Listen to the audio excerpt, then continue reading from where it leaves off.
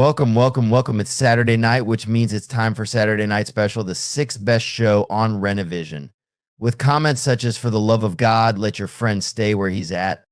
SNS, and that channel is a rest area toilet bowl, and you don't need any more stinking up the best comic YouTube show going.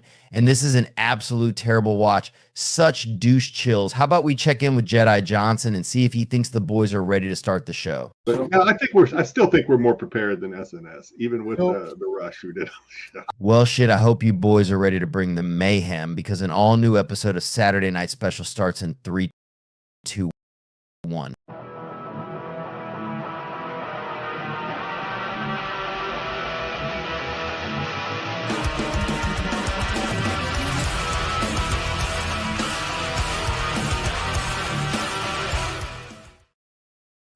You are locked into a brand new episode of Saturday Night Special. I think we got a great show for you tonight. Could talk a little bit about Marvel and Rob Liefeld going to war.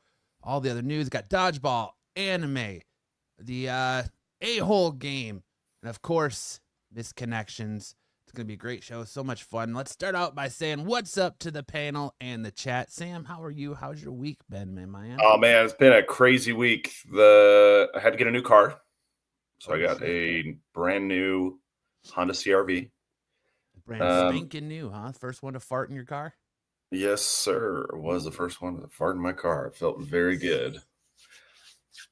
And I can tell right away that it's going to make me soft.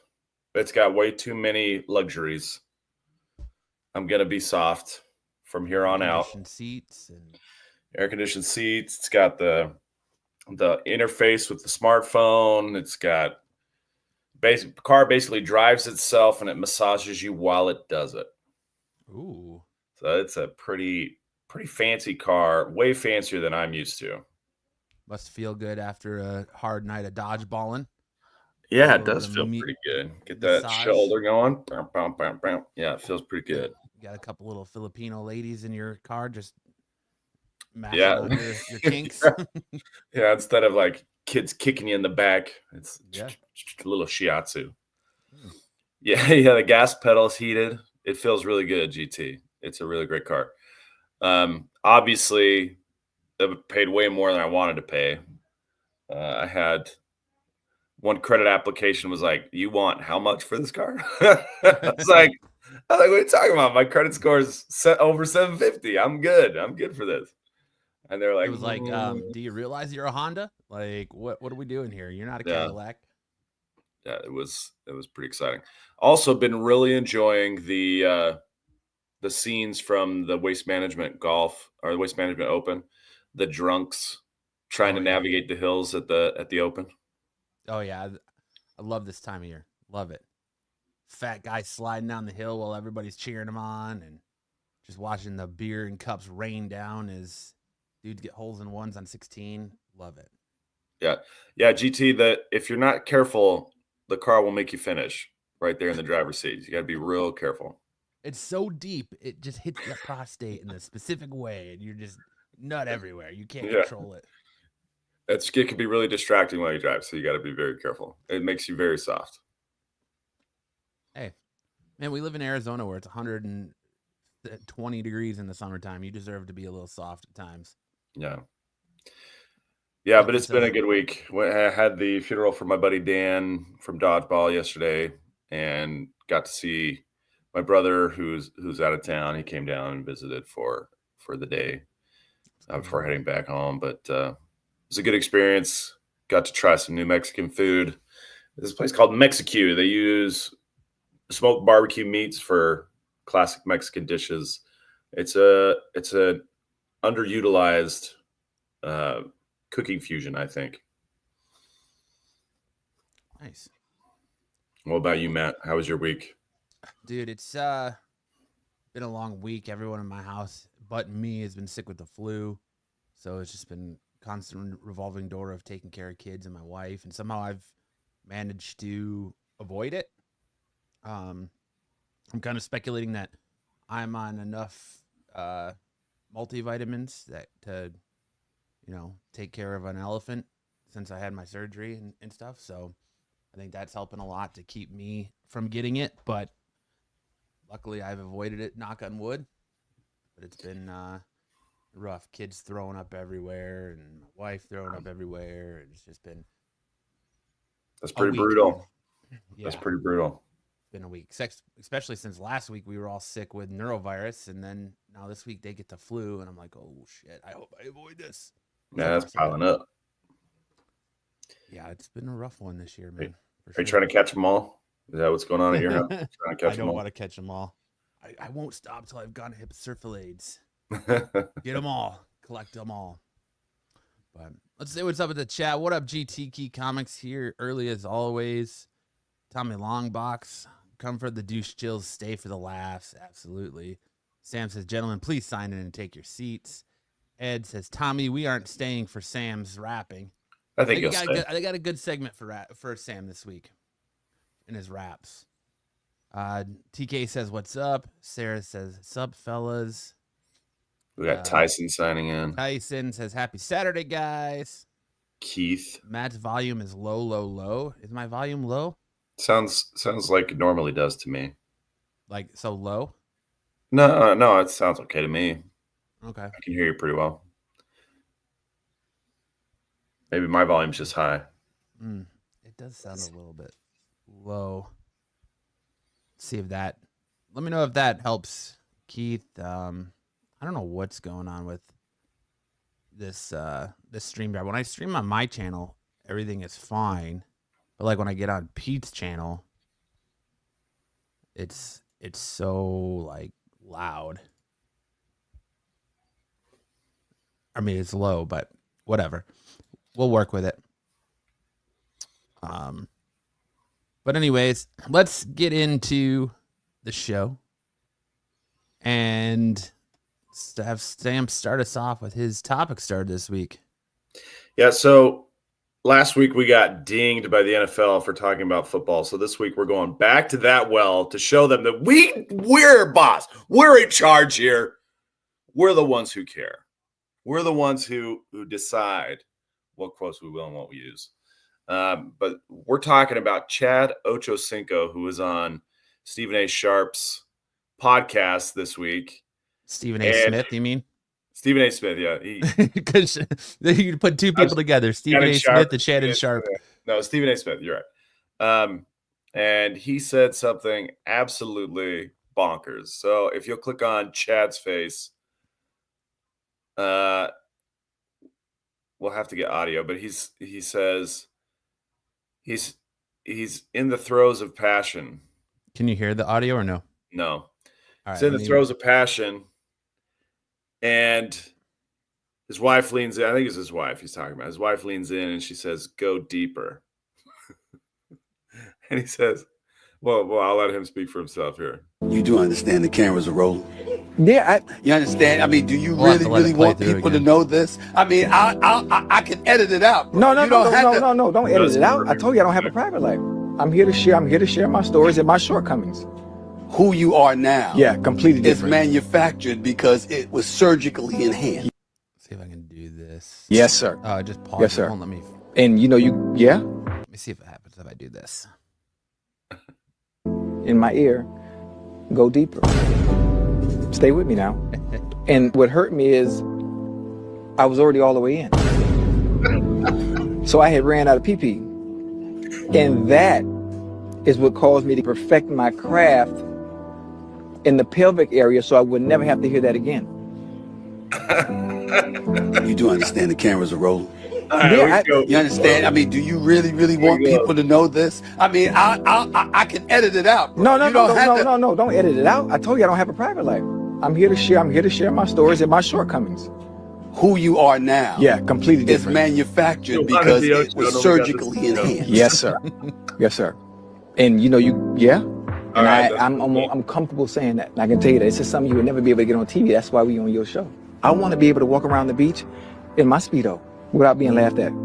We were in action and she's there you go. So Ochocinco, he told that story for the first time on Twitter, I think back in 2021. But he said, she said, "Go deeper," and I was out of peen. So Been there, Chad. We've all been there. So if you've ever felt like you didn't measure up, guess what? So did Chad Ochocinco, one of the all-time greats in professional football league, and even he had to get some medical enhancements to go where he wanted to go, or where his lady wanted him to go. I've never had this problem. Never had this problem. So maybe that's why I got 7 kids. They say the G spot is 2 inches in the vaginal wall, so you should be any normal person, unless you're me who has a button, it should be all good. But apparently not. You got enlargement surgery, a black guy. Wow, I'm feeling very inadequate. Yeah, I mean, one of the movies that just I laughed, kind of cringed all the way through. It was called Unhung Hero. It's about a guy who proposes to a girl at a public event. 15-minute outpatient procedure, according to Chad. Presto, 11 inches. 11 inches, yeah. A guy proposes to his girlfriend at a public event, and she turns him down. And later he finds out that she thinks he's too small, that his penis is too small. So she doesn't want to marry him. And the whole movie is about him trying to find an effective way besides surgery to increase his penis size. And according to the movie, his penis size was about 4.5 inches, and that was too small for his girl. And so he travels the globe trying to find an effective kind of herbal or folk remedy to increase his penis size, and eventually decides he's just going to find somebody who's okay with the size. And I hear if you soak it in apple cider vinegar for 15 minutes a day, it'll grow 2 inches. It was so says, funny. Yeah, I saw that flick. It was so funny. I love that show. It was hilarious. At the point at which he turns around and goes home, he's in some Nigerian like shack, and they're getting ready to inject his penis with a rhinoceros pee, the rhinoceros urine, and he's like, "Okay, I can't do this. I'm out." Oh man, it's so funny. Zaggy says he's got the formula. Got to drink Gatorade and walk backwards. You know what? Some people might be desperate enough to try stuff like that. They went to some of my favorite enlargement methods. They went to China, to like the Shaolin palaces, and they were hanging weights from their dicks, right, as like a show of great strength.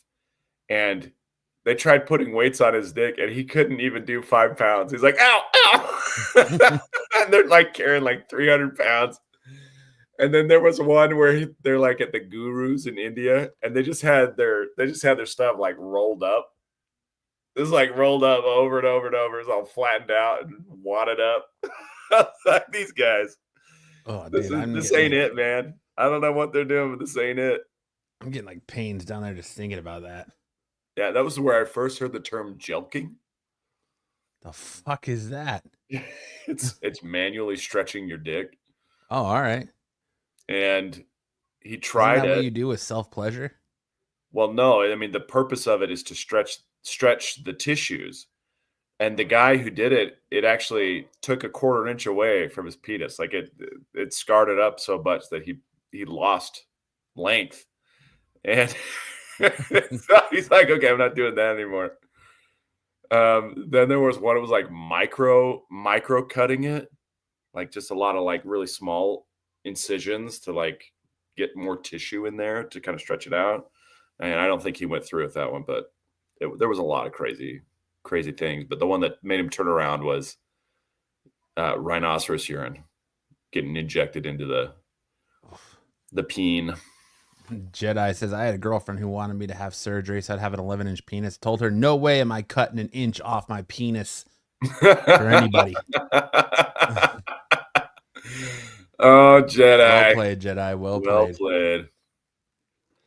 Touche. So during the show tonight, if you think of an idea for Chad Ochocinco to have strengthened his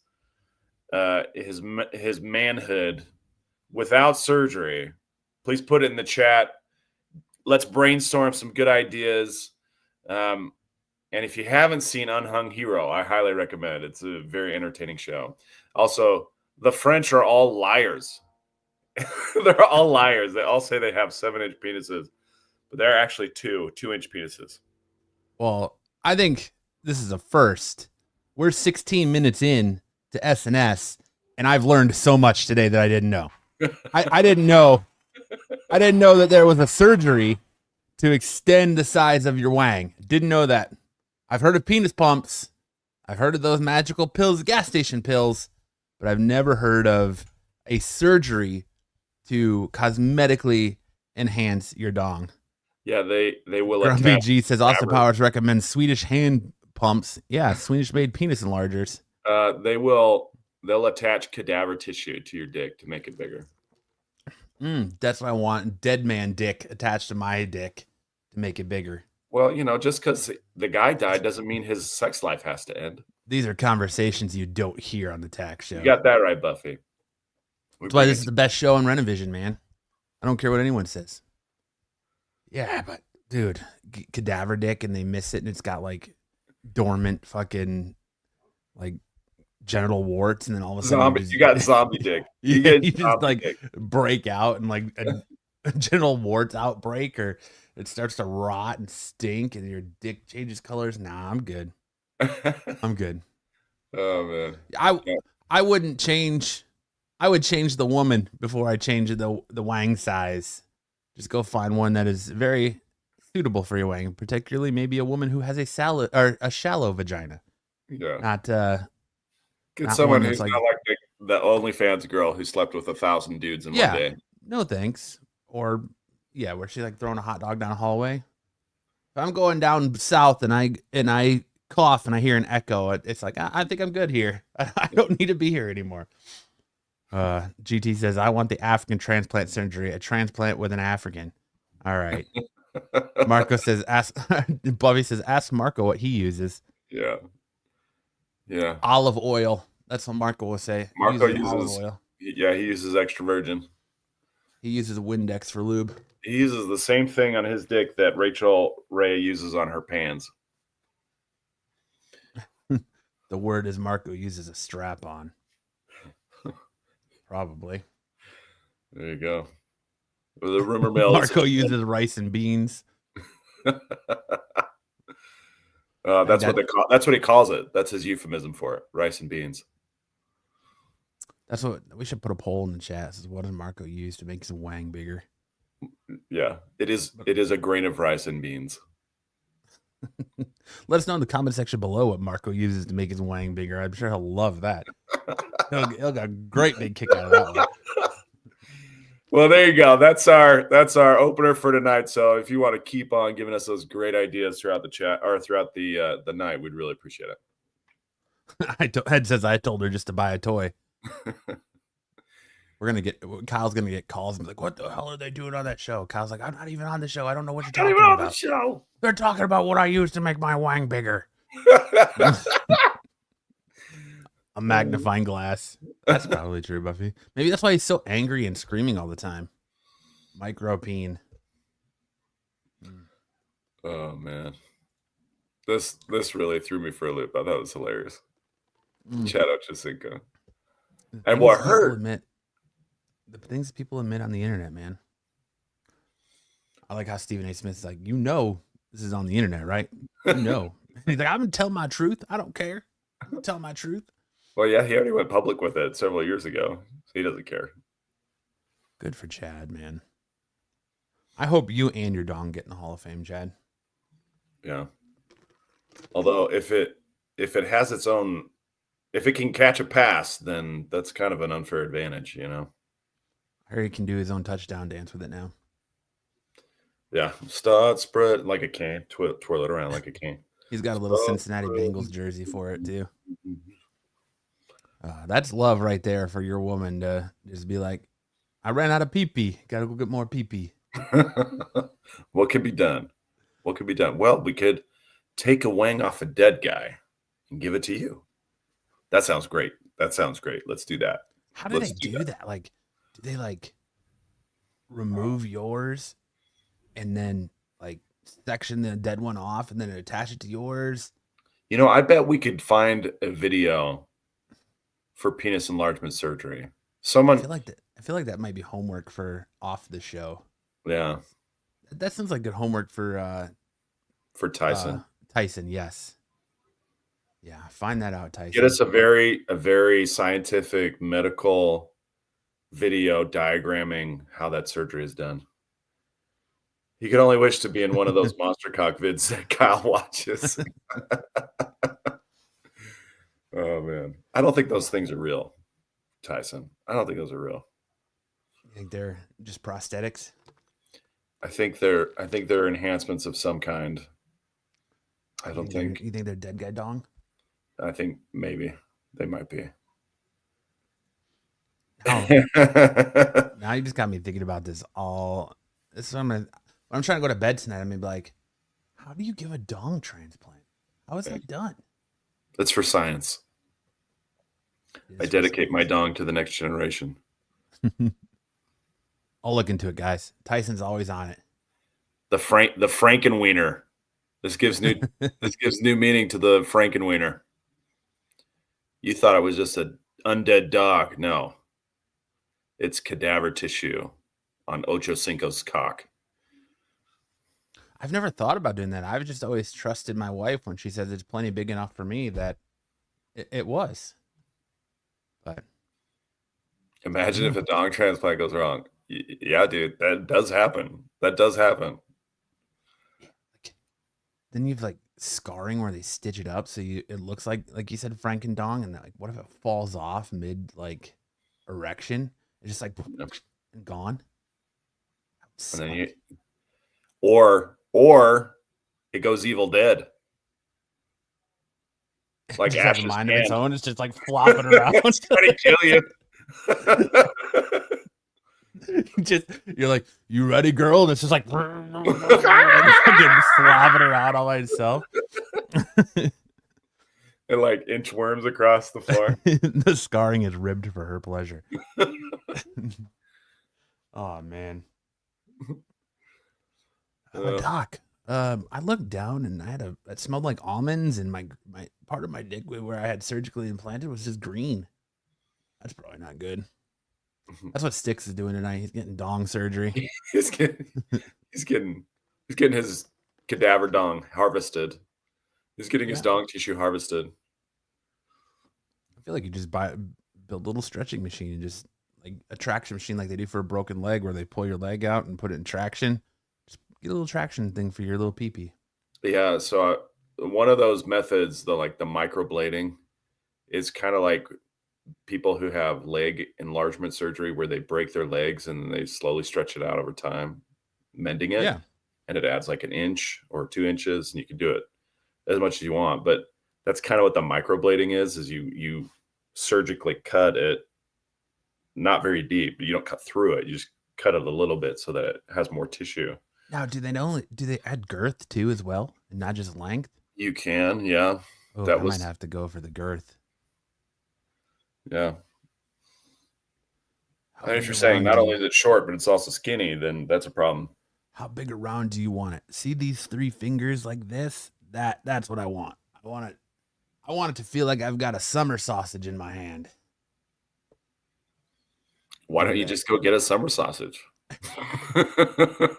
Maybe she's not into food play, Sam. I mean, some chicks aren't kinky enough to be into food play. Okay, so it's for her. It's for her, not for you. I love anybody tuning into this show for the first time. It was like, I thought this was a comic book show. This was a pop culture show. You got to talk about Wong and Wangs. No, BK, I got it from a show. You should see it. It's called Unhung Hero. It's really funny. It's a fantastic. It's also very informative. Unhung Hero, and they went through like a lot of these like penis enlargement methods, and I learned a lot from that show. Can I order the 19 YouTube? I don't think it is. Oh, it's on. It says it's on Amazon Prime. Oh, is it? Well, that's good. Yeah, I don't know. And Apple TV. We streamed it on Netflix many years ago, and then we lost track of it. It went off streaming for a long time, but I guess it's back on Amazon. That's great news. The lead character looks like Will Arnett.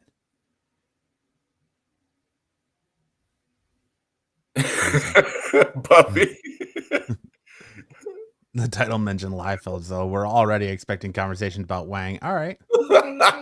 Elisa Noble chirping up. Just wondering where the straight men are because y'all been talking about dick for a minute. Yeah. Hey, listen. This is called our warm up, Lisa. We're getting there. It's all right. As We're a getting man, there. I am comfortable in my sexuality to talk about the, shortcomings of other men. Yeah, absolutely. And how they need to fix it. Because I'm assuming with age, like many things, it probably shrivels up too. So Are we going to have yoga poses tonight? Thanks, Tyson. Yeah. No, I don't think so. All right. Well, since Lisa called us out for talking about Wangs for the last 26 minutes. That's how you know it's a good topic, man. That's how Kyle and I made our internet presence, is talking about Batman's Wang for like 45 minutes. So we could talk about Wang for a good amount of time, but nothing cosmic. You have to go back and rewatch. You missed a lot, Cosmic. A lot. All right. But it's all right.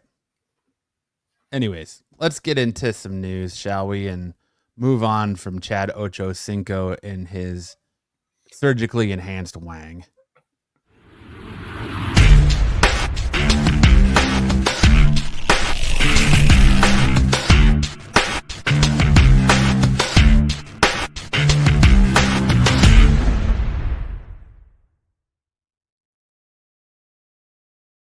Oh, man.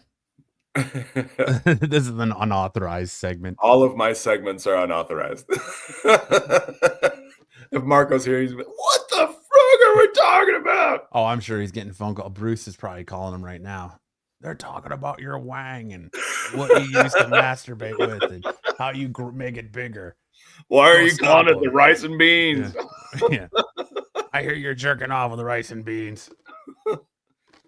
Oh, man. Matt said you're using olive oil for unspeakable things. All right. As the title of the show says, our kickoff segment tonight is Rob Liefeld quits Marvel again because his feelers got hurt because the comic book industry doesn't think, or the movie industry that for that matter as well, doesn't think he's as big a star as he thinks he is. In a recent Robservations podcast, Rob Liefeld cited events around July's New York premiere of Deadpool and Wolverine, where the creator of Deadpool discovered that he and his family were not invited to the premiere after party and was blanketed by Marvel Studios boss Kevin Feige on the red carpet, stating that it was meant to embarrass, dismiss, defeat me. He also discovered that after being asked by Disney reps to pose for photos with people involved with Deadpool and Wolverine, his publicist later told him that any official photos taken with him and the movie cast and crew were deleted.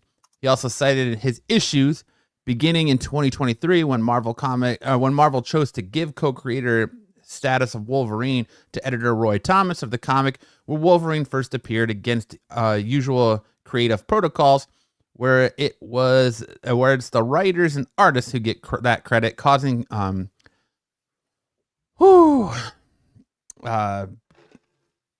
can't read it. That's fucking small. Let me see if I can make creative protocol. No.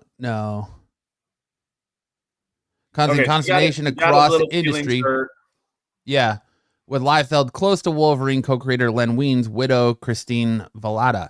And then in 2024, Rob Liefeld asked if he could receive a lead credit on Deadpool and Wolverine with Fabian Nicieza as co-creator of Deadpool, similar to what Stan Lee, Steve Ditko, and Jack Kirby have received for recent movies, or even Jerry Siegel and Joe Shuster on Superman, asking that this request be sent to Bob Iger and Kevin Feige, stating Marvel's treatment of creators has never been their strength without the worlds, the creators, and the counter concepts that we create. And in this specific case, the world of Deadpool, there are no films to shoot, no blockbusters to distribute. I'm not the easy button on the staples. I'm the human imagination behind it all. His agent told him that his message was not received well inside Marvel, tweeting, "My reps were screamed at today. We are not Fox. Tell me about it." Also hung up on. He states Kevin Feige does not treat comic book creators well, That is my personal experience. He posted on Facebook, this last issue of Deadpool Team Up is my final work with all the gang in my last work with Marvel. I had a good time. In stores February 12th. Okay. He needs to just calm down and recognize that no one has ever called him the Gimp to his face. You know, he thinks he's been treated poorly. Just ask poor Steve Englehart how things are going. Should ask. We should go on his Whatnot stream and just be like, Gimp, you're the Gimp from Pulp Fiction. Because he usually does a Saturday night Whatnot stream. Just go on there and be like, are you the Gimp from Pulp Fiction? Is your name Steve Englehart, Gimp? Well, this is just so ridiculous. Rob Liefeld totally ripped off Deadpool. He's a rip-off character from Deathstroke, right? Obviously. He's ripped off Captain America. He's ripped off a lot of characters. So Rob Liefeld's over here acting like he's some kind of comic book genius who's blessed us all with his works. And it's like, dude, you made a gag character that's a total ripoff of a DC character and turned it into this gag. Now, other people got involved and made it better, made it something awesome. But it wasn't just him. You know, it wasn't just him by himself. And that's the thing that drives me crazy about Rob Liefeld is he's like, I'm a one-man army. I'm a one-man creative show. And that's just not the case. That's not the case. So, well, we'll add you as a creator in the credits if you learn how to draw feet, Disney. And he got tons of nods in the movie. They did tons of nods to Rob Liefeld. He's in the first one. He makes a cameo in the first one, and and even in Deadpool Wolverine, Liefeld's feet store. And you know, here's the thing: everyone knows Rob Liefeld created Deadpool. It's knowledge. It's not like back in the day where you have Bill Finger who helped create Batman and couldn't get credit for it and died broke and penniless on someone's couch, and they had to fight to give him credit. And he didn't. I don't think he got credit for the first time in a movie till Batman Superman Dawn of Justice. And then you got Jerry Siegel and Joe Shuster, who created the biggest comic book hero in history and sold their rights for pennies on the dollar, and their estates are still fighting for money from stuff. So it's like you get yours. What do you get for an additional credit in a movie? Like you're the creator of Deadpool. Okay, that's great. You're not the creator of Wolverine, no matter what you want to be. You're not the creator of Wolverine. So what do they get? I mean, I don't know. Maybe you know, Sam. Do they get like some sort of royalties for being credited in the movie? Like, do they get kicked back on like DVD releases or those producer credits are just for it's just names. Like it's just honorifics. You know, it's like saying sir to somebody. Yeah. Stan Lee never got paid for his cameos. He never got paid for his producer credits. It's just name recognition. That's all it is. They're trying to get recognized for being up there. You would think he would get some sort of kickback for Deadpool being used in the movie. He does get a kickback. He does get a kickback for that. But this is all about his diva ego. That's all this is about. He does get royalties from Marvel when he does that. Rob should just close his eyes and think about the money. Yep. Buffy he says wants more than money. He wants adoration. Yeah, Buffy says more people have heard Rob Liefeld said he created Deadpool than people saw Deadpool the movie anyway. Yeah, I don't know what it is. At this point, it just feels like he's doing it to kind of stroke his own ego, right? Notice he never mentioned the money one time in any of this. It wasn't about the money, right? He's talking about getting the VIP suite at Comic-Con, you know, making sure that they spring for first class or business class on his flight to go sign autographs. You know, he wants the red carpet treatment, and he was pissed that Kevin Feige didn't invite him to sit next to him at the movie. So that it's not about money. It's just about him not getting the attention he thinks he deserves. The real douche, Jill. Yeah, he essentially wanted Marvel and DC to, or well, not DC, but Marvel and Disney to stroke his ego. And when they were like, "Nah, get out of here," you know, they weren't going to do it. And I'm mad that my family and I weren't allowed at the premiere party. Yeah, the premiere after party. They went to the premiere, but not the after party. Right? Rob wasn't hugged enough by mommy.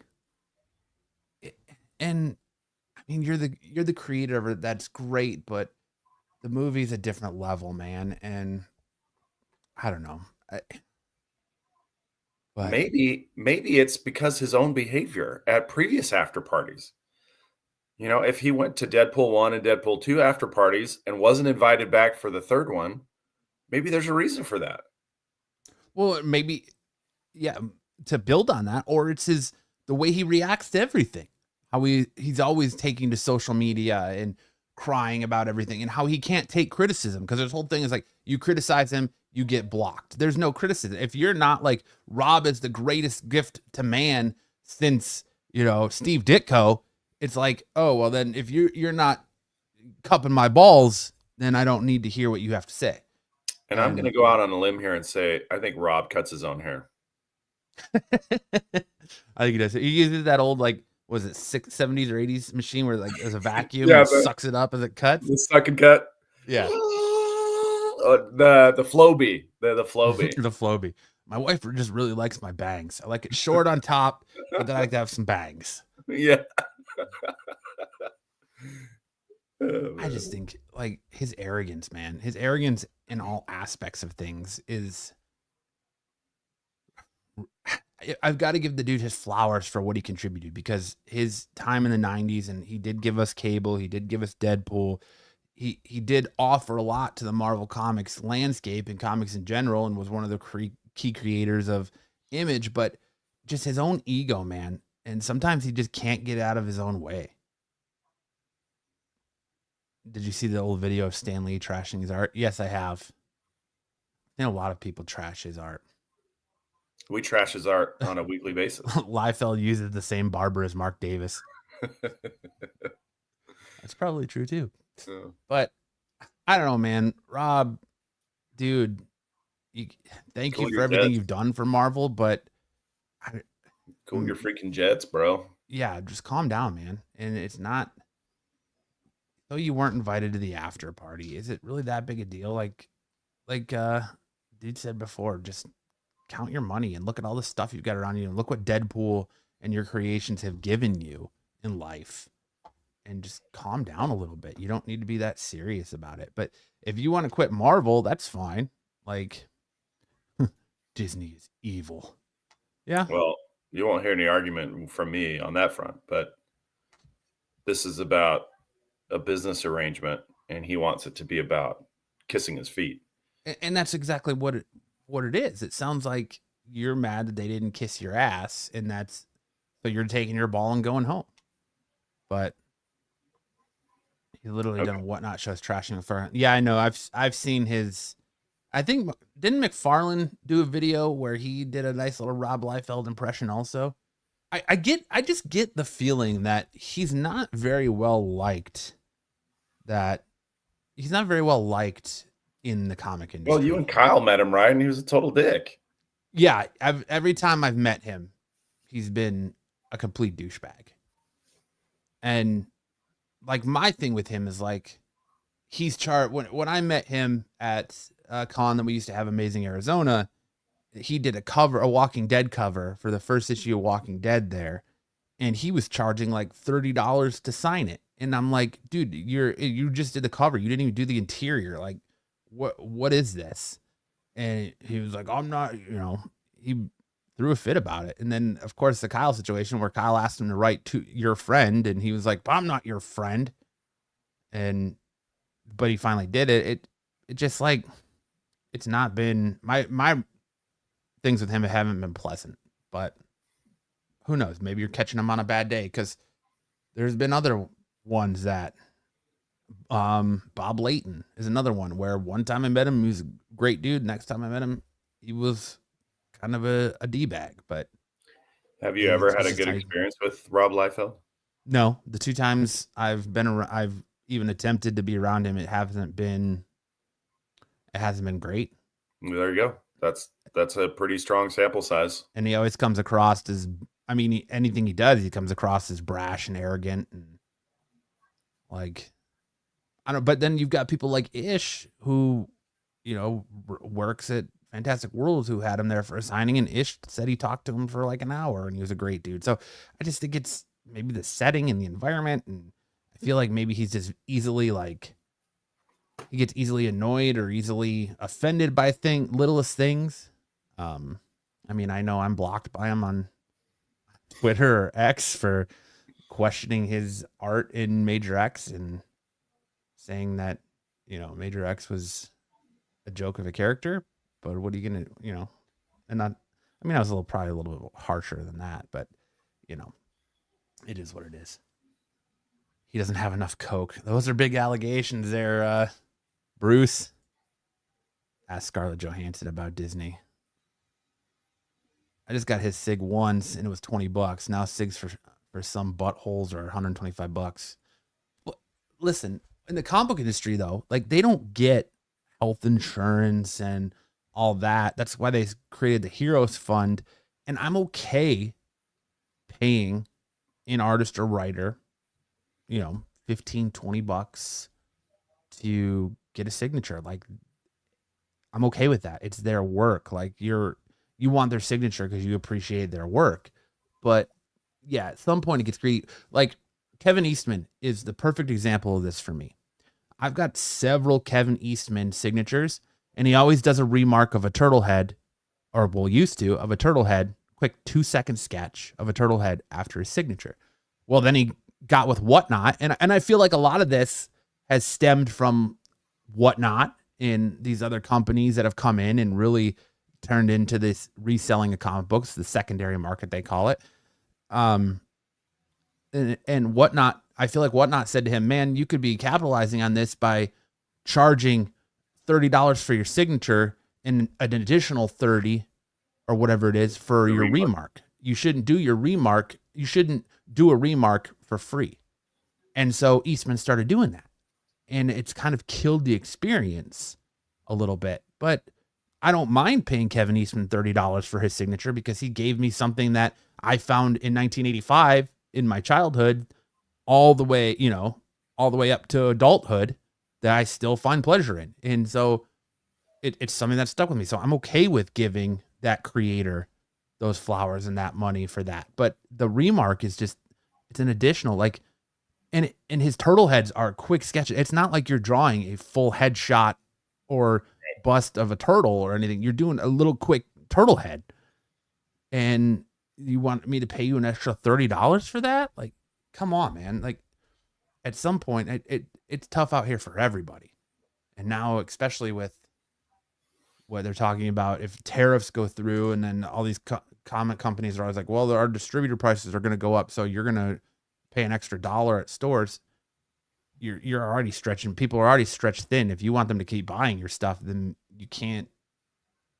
I don't know, but I know that's a lot of how a lot of these guys make their livelihood is at conventions. So Zaggy says, yeah, Eastman can't draw. I blame the PP debate on Comic Tom. Listen, let's not start Comic Tom here. I don't want a sticky goose situation on my hands. There's enough people making video after video about sticky goose. I don't need a sticky goose situation. Uh-oh, Sam, there's an intruder in your house. It's just somebody ringing the door, or somebody approaching the door. That's all it takes. All right, well, let's move on to Liefeld because he's gotten his flowers. Everyone's given him his shine this week. So, rumors, we may know who Marvel Studios is eyeing for MCU's Mr. Sinister and upcoming X-Men reboot. According to the insider My Time to Shine Hello, Marvel Studios is eyeing Dune, Pirates of the Caribbean, Dead Man Tell No Tales, and Skyfall star Javier Bardem to play the iconic X-Men villain in the MCU. You may recall that he was once said to be in the line to play the Fantastic Four First Steps Galactus. Mr. Sinister is expected to serve as the big bad for the franchise in the next saga of storytelling. meaning he will likely see him in more than just one movie. However, the X-Men Endgame is reportedly an Avengers vs. X-Men movie. I'd love to see that movie, Avengers vs. X-Men. And it would make sense that Sinister is going to be the bad guy, since he was the bad guy and kind of the guy behind the scenes pulling all the strings in X-Men 87 or 97. And they're saying that that's all canon. So it would make sense that he's going to make that jump from the animated stuff to the big screen. There's a lot of X-Men news that came out this week. Very whether cool. it's true or not, but I like Javier Bardem. yeah, I do too. And Very I think good. he'd be great as Mr. Sinister. And I think Mr. Sinister is one of those characters that's very complex, that could really give us, kind of get Marvel back to that giving depth and a little bit of seriousness to their villains instead of just being one and done-esque villains. Yeah, I mean, he's been a terrific villain. He was a terrific villain in Skyfall. He was even better in No Country for Old Men. So yeah, he's got a lot of strong villain chops. Dead Men Tell No Tales. It wasn't that. That wasn't a very good movie, but That was a miss. but yeah. Magic the Gathering live action movie and TV universe officially in works from Legendary and Hasbro. Latest announcement from Legendary Entertainment. Hasbro Entertainment is major with a capital M for Magic the Gathering. Yes, it's the announcement that fans of the trading card game, fantasy, and all things nerdy have long been waiting for. Legendary Entertainment and Hasbro Entertainment will partner together to create a live-action movie and television universe based on Hasbro's Magic the Gathering. All we have to say is the super type on this Magicverse news is definitely legendary. I could care less about this. Okay, if it doesn't have, I need you to Google something real quick, which is Richmond crack style, MTG Richmond crack style. If it doesn't have this guy referenced somehow, I don't want it. Richmond crack style? Richmond, like as in Richmond, Virginia, crack style, MTG or Magic the Gathering. If he's not in this somehow, I don't want it. There was a guy, it's probably like 15 years ago. He went to a Magic the Gathering tournament in Richmond, Virginia. And every time he saw someone's exposed butt crack, he would crouch down and take a picture. Oh, yes. Yeah, okay. I know who you're talking about. With a very disappointed look on his face. Yes, and I know who you're talking about. The sheer volume of pictures is astounding. So, yeah, if there's not a shot of somebody looking very disappointed next to an exposed butt crack, I don't want it. I don't want any part of it. Here you go. Presentation, screen share. This is the guy.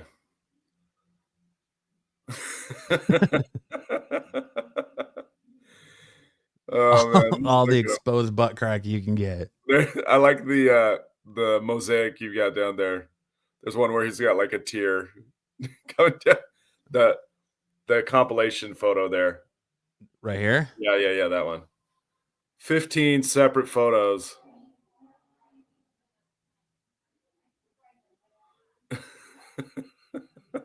So funny.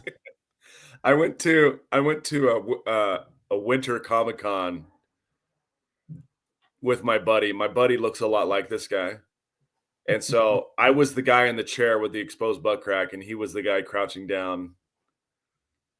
So funny. It is so funny. You look like a fat Chris Pratt. For sure. So this guy got banned for 5 years from Magic the Gathering tournaments as a result of this stunt.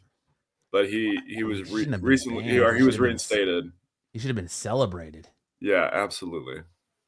He's doing God's work out there. Absolutely. He needs a t-shirt. He needs his own t-shirt for doing that now. He should be celebrated, not banned. That is hilarious. But heck yeah, man. I wonder if you do that at Yu-Gi-Oh tournament. It'd probably smell like ass if you did it at a Yu-Gi-Oh tournament. I was honestly never a Magic the Gathering player. I was more Yu-Gi-Oh than I want a field report from Fidel. Yeah, we got to get Fidel, I think he's actually in basic because I haven't heard a peep from that guy. But we'll get into it in the high fidelity. Next up, interesting story I wanted to get Sam's opinion on. Connecticut wants theaters to tell you when the movie actually starts. One lawmaker in Connecticut is sick of the trailers and long pre-movie shows. He does not come to the movies for magic. On January 21st, a state senator proposed a bill that would mandate cinemas to include the actual start time of the film in addition to the usual time that includes the pre-movie trailers. According to the reports on the Register Citizen, seems to be an abuse of people's time. If they want to get there early and watch the promos, they can. But if they just want to see the feature, they ought to be able to just get there just in time for that. State Senator Martin Looney told the Registered Citizen, I got a couple calls from constituents who said that they went to the theater and a few times and the feature did not start for a considerable period of time after the advertised start time. It does seem to me that people are in effect a sort of captive audience watching the advertising before they get there to see the feature they came to see. Yeah, so if you go to an AMC theater, they will play 11 or 12 trailers before the movie actually starts. And then after the trailers, they have like a little 15-second kind of bumper before the movie starts. Silence your cell phones. Yeah. At our local theater chain, Harkins, they will show between 4 or 5 trailers. I timed it at the AMC. You could arrive 25 minutes late and still have not missed any of the movie. So 25 minutes you're sat there watching some bullcrap trailers that you're not interested in. Like they'll show trailers for all kinds of stuff. Now, if the theater is serving food, right? If it's one of those dine-in theaters where they're still delivering your meal, I can kind of get that. I can kind of get behind that. That's a good excuse for it. But not every AMC does that. They don't all have the recliners with the food delivery. They don't all do that. And certainly at Harkins, they don't do that. So at Harkins, you could arrive 10 minutes late to most features and still not miss any of the movies or any of the movie. And then in some like new releases, if you arrive 15 minutes late, you're still good. Otherwise, it's just you're wasting your time. You're wasting your time getting there because they're reserved seats.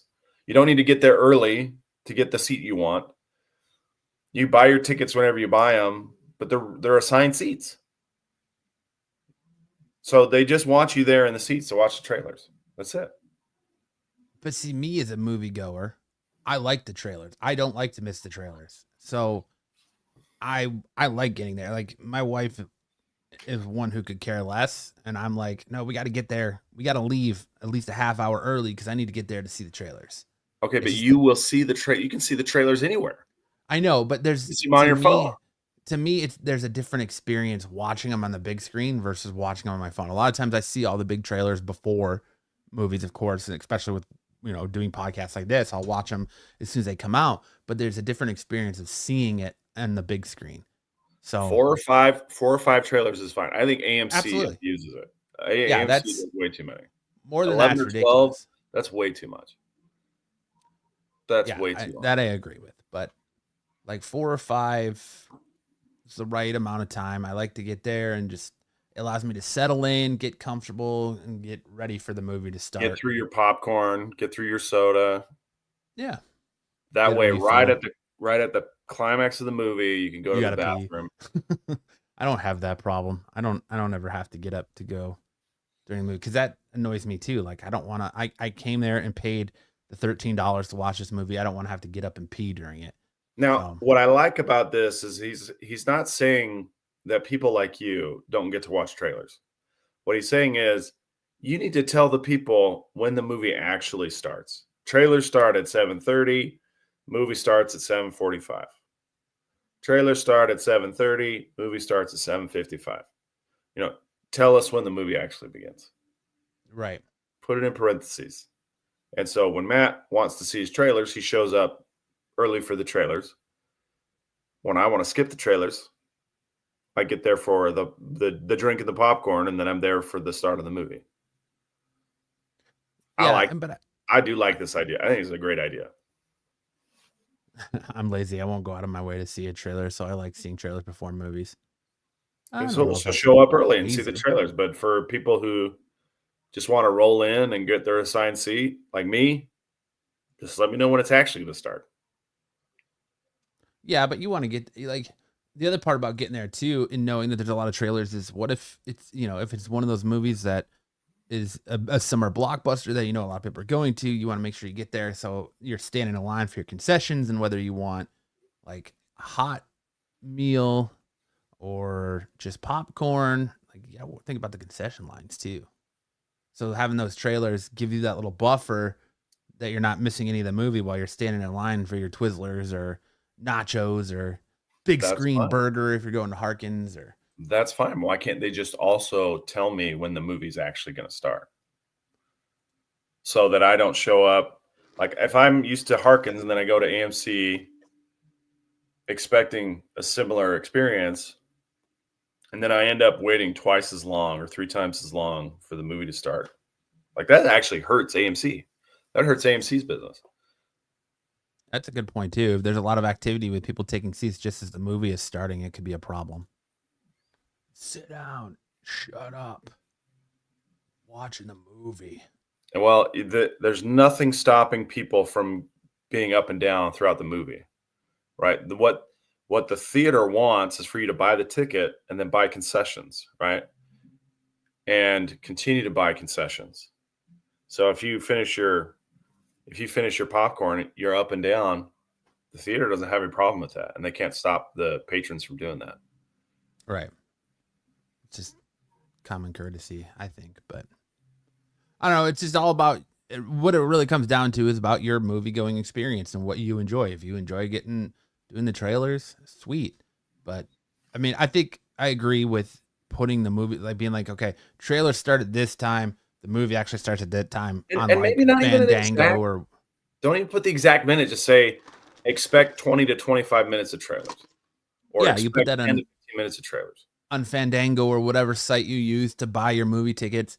But it should just be this giant thing on the screen that pops up real dramatically. Movie starts now. Like, oh, come on, man. But what did CT says? What did Rob Liefeld say? To summarize, he's mad at Marvel because they didn't invite him to after parties for Wolverine, Deadpool, and so he's crying about it. Yeah, Deadpool, and he's taking his ball and going home, and says, "I'm not going to work for Marvel." Which, after we get into best of worst comics, I'm going to ask the question: does that really matter to you?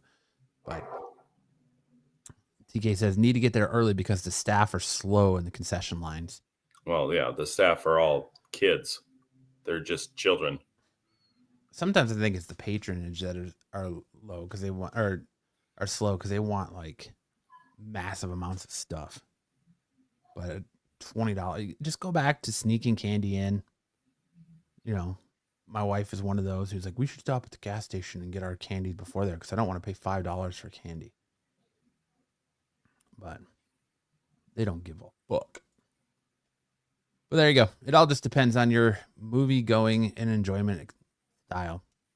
On more X-Men news, remember, grain of salt, X-Men Julia Butters eyed for Kitty Pryde, Sadie Sink, and Harrison Dickerson, fortunate for Jean Grey and Cyclops, frontrunners for Jean Grey and Cyclops. As the rumor mill continues to swirl for Marvel Studios' upcoming X-Men reboot, the latest update comes to us from a more reliable source than an anonymous scooper, as journalist Jeff Snyder, via the In Snyder newsletter, is now reporting that Julia Butters, once upon a time in Hollywood, the Gray Man, the Fablesman, is being eyed for the role of Kitty Pryde in X-Men. He also doubles down on previous reports that Sadie Sink, Stranger Things, The Whale, The Glass Castle, is currently the frontrunner to land the role of Jean Grey, and adds that Harris Dickerson, Baby Girl, The Iron Claw, and the Kingsman is now being looked at to play the team leader Scott Summers, aka Cyclops. At the time of this posting, Butters is 15, Sinks is 22, and Dickerson is 28. So Marvel definitely wants younger talent to take on these storied roles and likely play them for the next couple decades plus. Additionally, he reports the X-Men is expected to start filming in 2026, with Marvel Studios planning for a late 2027 release, likely slotting the eagerly awaiting MCU entry for that already reserved November 5th, 2027 release date, although there's always a possibility of it could be moved up to like July 23rd, 2027. Well, neat. Yeah, I like the castings. Me too. I like the castings a lot. I can't wait for X-Men. I honestly think though, like 2026 film for 2027 release date, like you got to think we're going to get a lot of casting announcements and script stuff. Probably San Diego, probably July or D12. Or sorry, not D12, D23. But I'm okay with these castings. I don't care. I really don't care who they cast as Scott Summers, honestly. Yeah, but not the way they did Eric Marsden and X3, right? He got off-screened. That's pretty sad.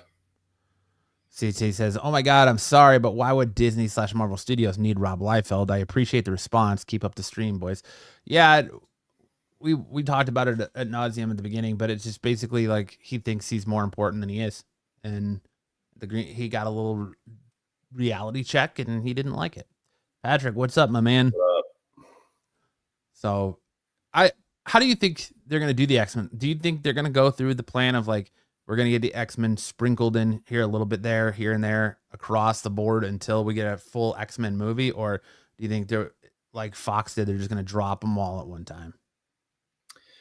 That's a great question. I feel like there are some characters who could get sprinkled in. And then some, the team up, you wouldn't want to sprinkle in. You would want to have that all kind of introduced at the same time. But something like, a young Charles Xavier or a young Wolverine getting thrown into the mix. But I don't really see them making sense outside of the X-Men. So it's really tough for me to say for story reasons to introduce them slowly. It would make more sense to just have them all at once.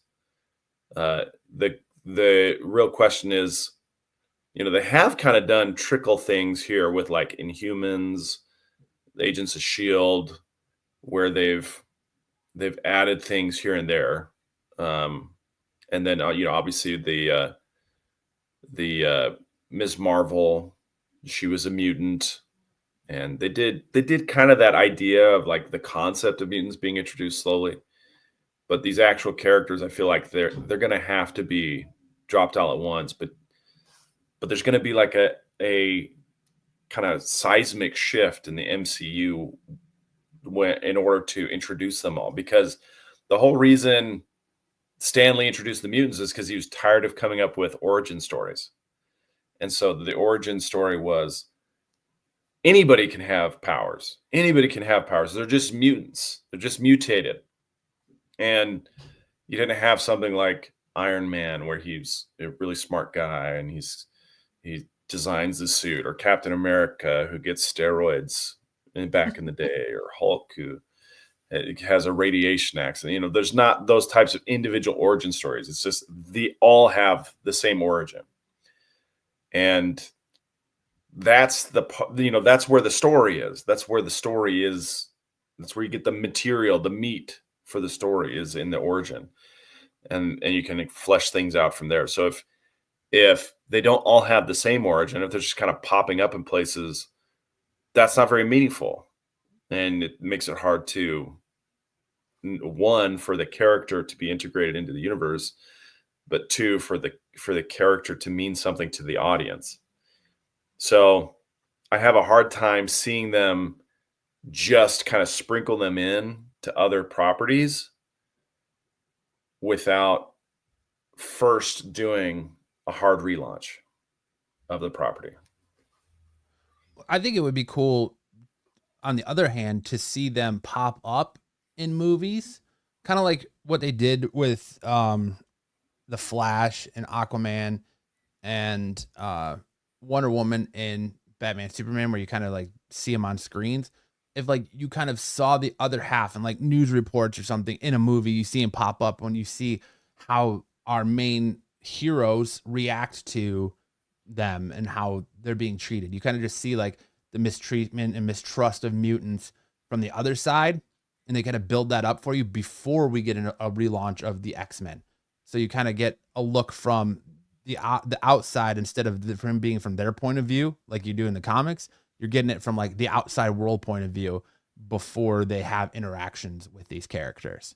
Yeah, and that's an interesting take on it. But I would say that if you're using the Justice League or the Batman v Superman version of it, that's probably not a great model. I think they did it very poorly.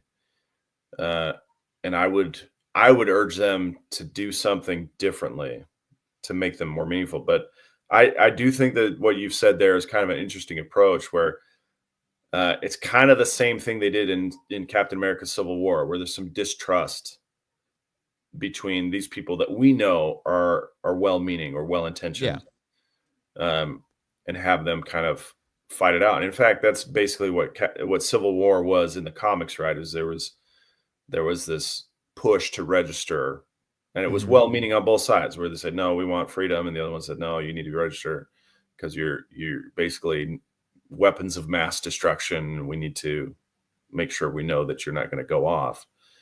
And so, yeah, that's an interesting story approach to go. But at the same time, it's like, why are we going to go down that road again when we did that with Captain America Civil War? You know, that's why they used Quicksilver and Scarlet Witch, right? Just because they were kind of that tie into the mutant world. So we have had some trickling already. And they did it well enough with Quicksilver and Scarlet Witch, but then to say, okay, well, where are the rest of them? Where have they been hiding? Why aren't they part of this? Yeah, and I think that's one of the things too, like with this universe, is like we're well established in the Marvel timeline now, in the 616 timeline, in the Marvel Cinematic Universe, that it begs that question, like where have they been this entire time? So do you go route with like the cosmic energy? Because they made a big deal about the cosmic energy that was radiated from the snap, and you got what, 2 different snaps in MCU from three really, because Thanos snapped away half the people, then snapped away the Infinity Stones, and then they snapped to bring them all back. That cosmic energy gets put out in the universe, which creates mutants that, you know, it changes the people who come back. They're altered, and it could bring about the age of the mutant. But and you also have the Eternals, which introduced this like humongous thing that was kind of gestating inside of Earth. And that has its own kind of radiation emanating from it, its own stuff going on. So yeah, there's a lot of reasons that they could add that could be the genesis of the mutants. But I think just to make it to where they've been here the entire time, it would be like sloppy. Yeah. Poor writing. But yeah, and I don't see Marvel wanting to do that, because part of it is being able to showcase these characters so that they can sell merchandise. And they're not going to sell merchandise unless the audience is connected to them. Yeah, I think they could pop a few in like they did with Nightcrawler, but the differentiation will be how they discover that they are mutants and how they and the ones around them respond to the change. Solid too. But all in all, I'm excited for X-Men. I can't wait to see. I'm glad that was Nightcrawler in something? He was in he wasn't in the MCU, but all I can think of is like, I know he was in not First Class. He was in Age of Apocalypse, Days of Futures Past. Was he in Days of Futures Past? I can't remember. There was a young Nightcrawler, and then the old Nightcrawler. Yeah. Old Nightcrawler, I think. Last Stand. X3. So, yes, you're right. He was in Last Stand too, as well, and in X2. But yeah, I'm excited. I'm holding reservations in my excitement for the X-Men though, until I get to watch Fantastic Four. because I think what they do with Fantastic Four is going to be a big tell on how they're going to handle the X-Men. If we can get, the Fantastic Four trailer was great. I love what I've seen so far. I love, even though people are complaining about Ben Grimm's voice, it looks like he was torn right off of a page that Steve Ditko drew. But although I do think at times, like in that trailer, his head looks really, really tiny on a massive body. But I do comics. Yeah, I have. Comics, right? But like, there's a scene where he's in a trench coat and like his head looks really tiny, his eyebrows are massive, and just this massive body. Yeah. But I like that they're hiding stuff from us, kind of like they did with Spider-Man No Way Home. Because clearly in the shot where Johnny's flaming on and flying through the city, he's chasing someone. I'm suspecting he's chasing Silver Surfer. I'm right on board with everyone else who thinks that Sue Storm is going to be pregnant with Franklin Richards in this movie.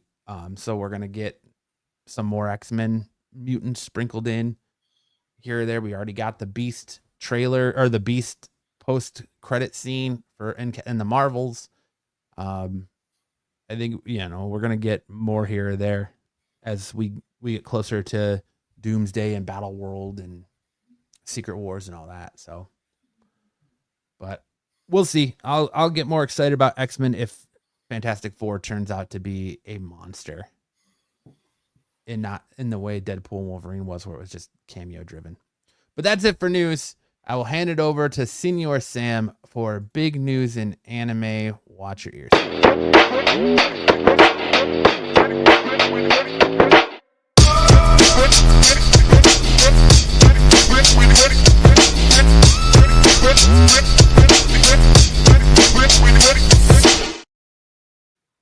Nice. All right. Let's hit it. So speaking of Marvel, they did some really fun cross promotion with My Hero Academia's final season. Season 8 is going to be the final season of My Hero Academia, and they have a character who's named Hawks, and he has wings and he can fly, and he can like telekinetically control his feathers, kind of like Sam Wilson can control his little hawk robot buddy in the movie, or forget what the bird is called. He has this little bird thing that he shoots around. But they're very similar characters, and they released a trailer that's basically kind of images from both Captain America 4 and My Hero Academia, kind of intertwined and just kind of parallels of each other. It was a really cool crossover. So if you're interested in seeing My Hero Academia, you like My Hero Academia, you like Marvel, that's going to be a good piece of content. Red Wing, yeah, thank you, BK. Red Wing. If you want to see that kind of content, there's a trailer available online on YouTube. It's in Japanese, but it does have subtitles. Then a couple bits of news for the current anime season. Solo Leveling, their 6th episode of the season dropped today. Or no, sorry, 5th episode of the season dropped today. And they will show episodes 12 and 13 at the same time on the same day, back to back. Dragon Ball Daima only has 3 episodes left. So its final episode will air on February 28th. This week. So I don't know if we talked about it, Matt, but I was like, this is how I think it's going to go. Yeah, I was going to say, you nailed it. You nailed it right on the head. Yeah. And it went exactly how I predicted. So now we're falling into the last stand. And they were very intentional with the pouch of the bugs falling out. And I was like, okay, yeah, that's going to be the key to victory, is those fusion bugs, because they still haven't done those. Yeah. And here's what I predict. I predict that Vegeta's going to be thinking he's getting a revival bug. They have these orange bugs that are revival bugs, and he's going to reach in and he's going to grab a fusion bug and toss it over to Goku, and then the two of them are going to fuse accidentally because they grabbed the wrong bugs.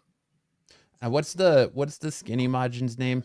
Majin Ku. I like how he tried to step up to fight Goku first, and he's like, I'm kind of strong, and she's I'm like, pretty nah, strong. yeah, nah, we're good here, Majid. Let's do this. So I thought that was pretty funny. Yeah, that was funny. Solo Leveling, I just want to say, had a really terrific episode this week. The last few weeks have been really hot. So if you haven't started watching this, take the time to get through season 1, catch up to season 2. It's fantastic. I love that show. All right. And then Kingdom. Kingdom is a kind of storied manga that has been around for a long time, 19 years. In fact, it's a ongoing series, almost as long as One Piece. It's been around for a long time. And they have made 5 movies based on the manga in Japan. And it's about like the first, what's that show? I think it's Hero, Jet Li's Hero. It's basically based on the same guy as Jet Li's Hero is based on, the first emperor of the Qin dynasty or something like that. And how he united all of China under one emperor. And this has been going on for a long time. And finally, Viz Media has licensed the rights to produce an English translation to be released in the United States. This is a series I have yet to read, but I think it's going to be really good. And I'm looking forward to diving into it when it comes later this year in November. So there you go. And then this is a Star Wars property. Viz Media is going to release Star Wars Path of the Lightsaber. It's a little bit more kind of stylized and comedic in its presentation than some of the other Viz Media Star Wars manga that we've gotten. But it looks like it's going to be a lot of fun. I like the art style. You can see kind of a sample of it there on the right. And the centers around this girl with the yellow lightsaber as she's trying to figure out how to work the lightsaber, if she's a Jedi or something like that. And then there's a bunch of other kind of zany characters sprinkled throughout in their battle against the Empire. This dude back here looks like he's going to be a problem. Yeah, I think that's a woman actually, but I could be wrong. Okay, this chick back here looks like she's going to be a problem. Yeah. It looks really cool. Like they're going to be. Them back there looks like they're going to be a problem. Yeah, it looks like a lot of fun. It does. All right, and then we mentioned this one last week. I got the chance to read Boichi's new manga, The Martial King, and I sampled. It's got a really interesting mix of black and white manga with some color panels sprinkled throughout. And I sampled some of the color panels here for you guys. And it's about a guy. It's like the Old West, and it's the guy who's the main character is the son of a notorious outlaw, and the son is carrying the corpse of his father in this cross-shaped coffin through the desert to collect the bounty on his own father, and then also use that bounty to get his way into the U.S. Marshals training facility to become the Martial King, the quote-unquote Martial King. It had a lot of really fantastic artwork. The story has a lot of potential. It kind of like One Piece has this kind of world that builds on itself over time. I feel like it will have a lot of building that's available in this kind of Western landscape. They could go town to town, solve problems, kind of a Gulliver's Travel model, but very fantastical. It could be really steampunky. There's a lot of things they could do with this, and I thought it was really a really impressive start. So I'm looking forward to reading more. I hope you guys will check it out, The Martial King, on the Manga Plus app or the Viz Shonen Jump app, either one of those. Then High Fidelity. So here's your Fidel update. He must have gone into basic because we haven't heard from him, and Fidel just can't not say something. He can't not say something. So for sure he's in basic. He hasn't washed out, and we're looking forward to hearing from him when he finishes. It's been 2.5, maybe 3 weeks, so he'd be about halfway through. So fingers crossed. Keep your positive thoughts going for Fidel. If you'll click on this picture, though, we do have, this is a highlight from the other night where my son, Dean, was making some plays. He got this short pass, was able to score a little touchdown. Then he's playing some defense, gets in there, grabs the flag, and he spikes the flag. And then scores. Oh, look, he's shucking and jiving, and he scores the 2-point conversion, does a little high step. Watching Dean is a lot of fun. When he gets excited, he does a lot of showboating. He's not the biggest kid on the team. In fact, he's one of the smallest kids on the team. And he loves to grab the sack, and he loves to show off and showboat. It's just a lot of fun. He might have committed a foul there by flag guarding, but they didn't call it. They went ahead and let it score. So nice. He's not BK. Fidel is not in SEAL training. He is not in SEAL training. SEAL training is after base. This is basic training. SEAL training is way later. You have to qualify for SEAL training. He's not in SEAL training. He's the government's secret weapon. Unless you're talking about balancing balls on his nose, he might be doing that, but he's not not doing a Navy SEAL training. He didn't qualify to become a Navy SEAL. He did not qualify for combat, period. He qualified for like mopping floors and doing KP. That's what he qualified for in his ASVAB. It's top secret. He's going to be Trump's top secret weapon in changing the name of the Gulf of Mexico to the Gulf of America. Yeah, I'm sure. And then we got some dodgeball highlights too on the next slide. So first up, here's one for me. They're both going to be me centric tonight. Sorry about that. I did really well on Thursday night, but I caught the ball right between the legs. Was able to get Damien out on that one. Damien and I were kind of challenging each other a lot on Thursday night. We've got pretty close to the same skill level. He can throw a little bit better than me, and I'm a little bit more mobile than him, and I'm not as big a target. But we kind of are pretty evenly matched. So this was me, just like Rob. Yeah, he caught me 3 times, and I caught him 3 times, so it was a pretty good night. And then on the next one, this one was a tag team victory. So Ethan, right up close, gets that catch, and then he gets hit right away, bringing me in to finish the job. So that was me against Damien, and then my nephew Bennett comes up with the throw. Boom, that's a nice, easy catch to finish the round. So there you go. Dodgeball. Check out the highlights on Triple D Dodgeball on Instagram. We keep them coming. It's a lot of fun. And if you're in the Phoenix area, especially on the east side of Phoenix, we'd love to have you come out and play. Also, we're looking at, if you just want to join our team, there are several USA Dodgeball tournaments this year.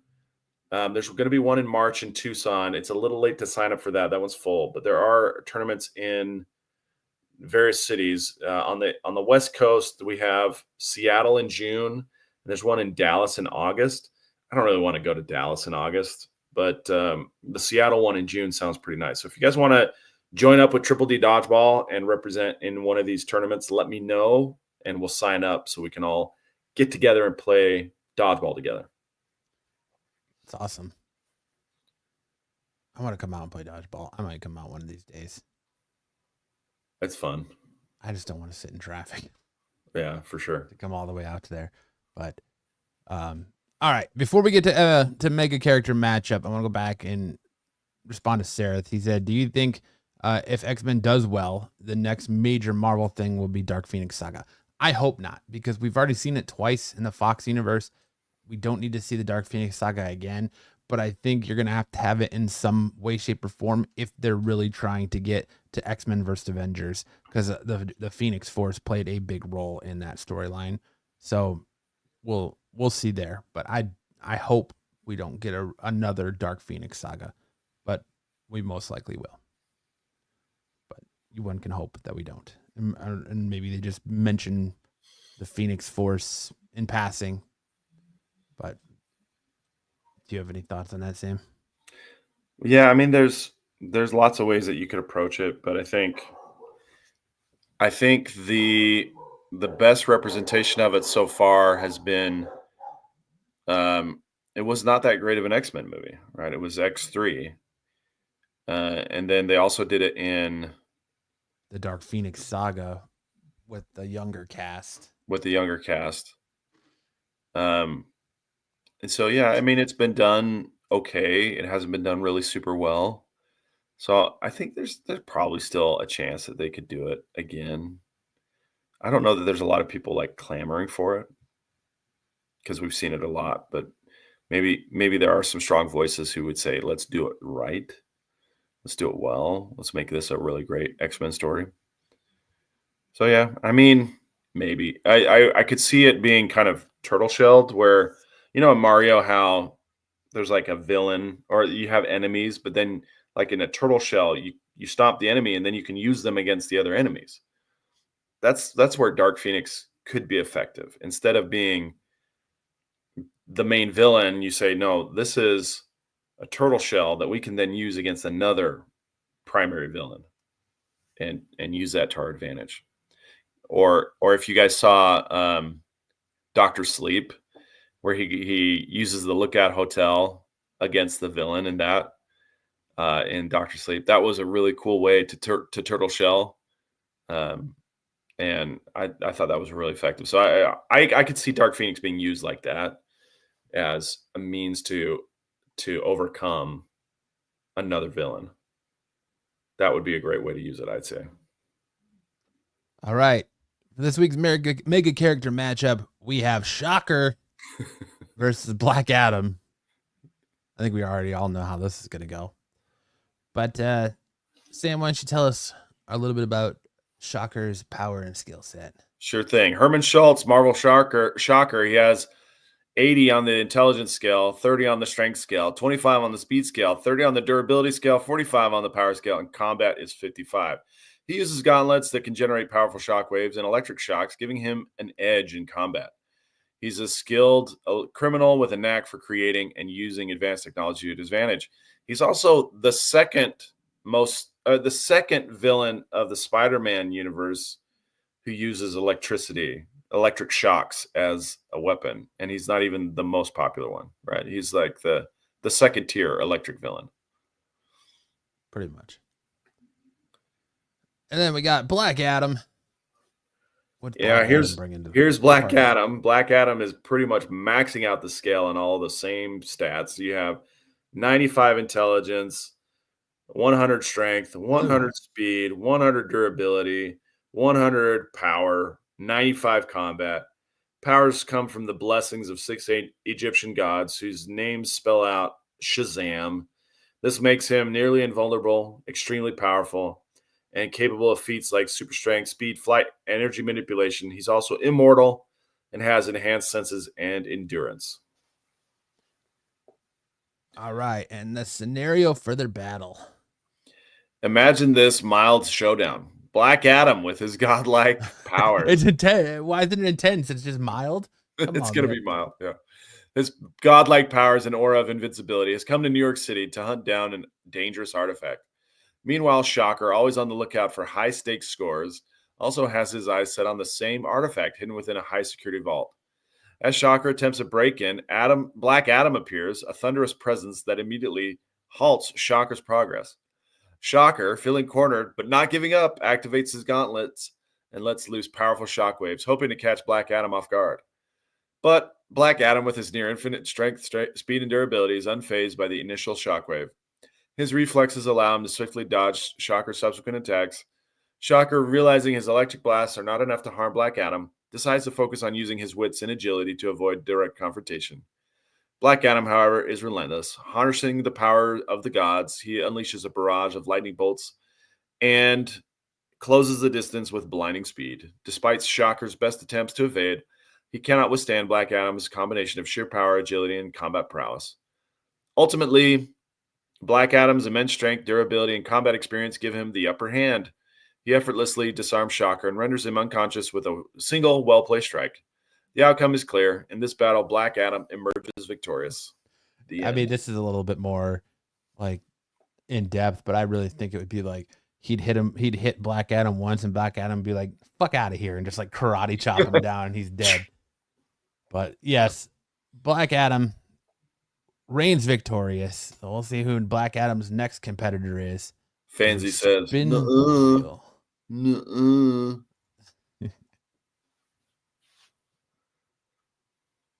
Who do we got? Spin the wheel. Shazam. Hey, here we go. There we go.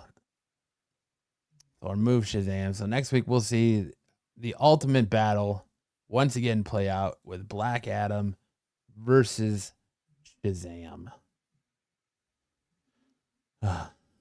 Black Adam winning that fight. What a shocker, right? But undunch. Fancy says, give the Punisher one pistol and one smoke grenade. You'll have all these heroes with genius intelligence. They could save more people with finding the cure for cancer, right? But they don't want to find the cure for cancer. They want to turn people into dinosaurs. They want to fight. Let them fight. All right. Now that leads us to best and worst covers of the week. Watch yours.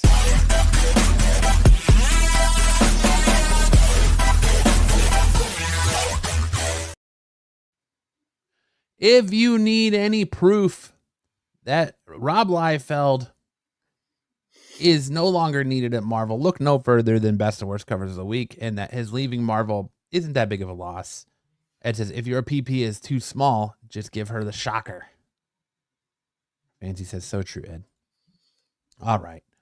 First up, we have Rob Liefeld's last offering to the Marvel world, Deadpool team up number 5.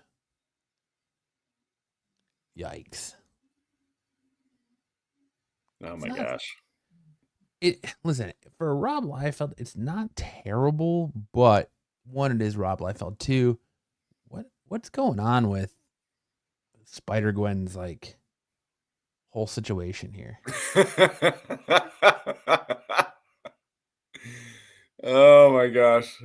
This is like terrible. Her boobs are like in her neck. And yeah, it's not bad for a Rob Liefeld, but it's just bad in general. Just the anatomy. He does not know. He does not know anatomy. Like, he uses himself in the mirror as the model for all of his drawings. 100%. Right? He's cut his hair the same way. That's how he's going to draw his characters. The focal point is clearly BDSM Deadpool. Yeah, of course. So he's not going to have very good reference for the female characters because he doesn't have boobies, so he doesn't know. He just is imagining himself with boobies. That's all it is. You think he just looks in the mirror and looks at himself? He's like, what would I look like with boobies? And he's like, you know what? Let me just stick some fake boobies on. He sticks them on. My wife just bought some grapefruits from Ralph's. Let me go stick them in there and see what it would look like. To be fair, I doubt Rob has ever seen a naked woman before. Oh, come on. Let's give Rob. Oh, come on. That's not true. She said, grace. Go deeper. And he goes, I got nothing left. You should draw the Punisher like that. I'm giving you all. You're a Punisher fan, huh? Or are you a Punisher main on Marvel Rivals? Hit that like button for Rob Liefeld.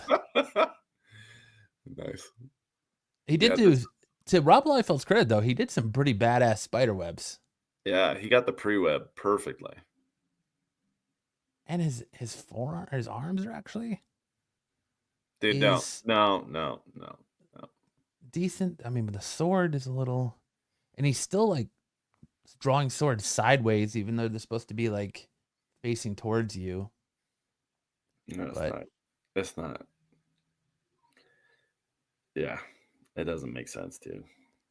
Next up, we have Action Comics. 10,080 or 1,083. The 125 Osgaru Yildirim cardstock cover. Like, what's going on here? Again, massive body, tiny head. Yeah, so in the DC universe, they have to draw the heroes so that their head is 1/9 the total body height. That's This the looks like it's requirements. 1/12. And I mean, he's sporting a little Chad Ochocinco down here a little bit. Yeah, he's got a little Getting a little moose love. knuckle, little moose knuckle. He hasn't had the Ochocinco surgery. He might. He doesn't have any corpse tissue down there. He looks like he went for girth and not size. Yeah, not length. That's the tip right here. Like you can kind of see it. Like that's the tip. He went from girth and not length. But Archel says nope. Liefeld dances tucked like Buffalo Bill to imagine he's a woman. Would you fuck me? I'd fuck me. Fuck me. I mean, he's also got some ear. He's got some real ear going on. This Superman was blessed with ears. And a superior jawline. I like how his jawline is like the hard drawn and not at the rest of him. And his neck area isn't those massive neck muscles. But next up we have DC versus Vampires World War V Darkness and Light #1 Otto Schidmich cover. Like, come on, you could Is have that done our boy Sinestro? Alfred. No, that's Alfred. That's Alfred. This is what if Alfred becomes a Green Lantern. They could have done our boy Alfred a little bit better. He's got plenty of forehead. Yes, he does for days. And the strong vampire Wonder Woman is very busty. But is that who that is? yeah, that's supposed to be. Okay, yeah. She's well endowed. Yeah. To be fair, I'd be mad if I had to draw Green Lantern. But could have done our boy Alfred a little bit better in his debut as a Green Lantern. But again, Wonder Woman has nothing in her face, but she's got a lot in the chest. Apparently, all of her weight goes to her chest and not her face. So It's tough to balance that way. Yeah, it is. Then again, we have another awesome offering from Deadpool Team Up #5 from old Rob Liefeld. It looks like it looks like Deadpool's sniffing a fart right here. How does he get that scrunch in the mask? Right? Like his nose must have got like exploded in there or something. But I don't know. His face is off center to me. He's got a really weird scrunch. This is terrible. This is probably the worst cover I've. How could you even get like that bad with that close up? Like he's not drawing arms, he's not drawing feet. He's always got. This is what I look like when I think about how I was treated at Deadpool Wolverine. Yeah, my scrunched up face.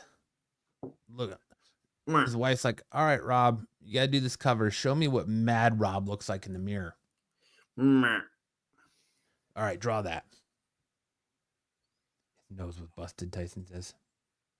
Yeah, obviously, yeah.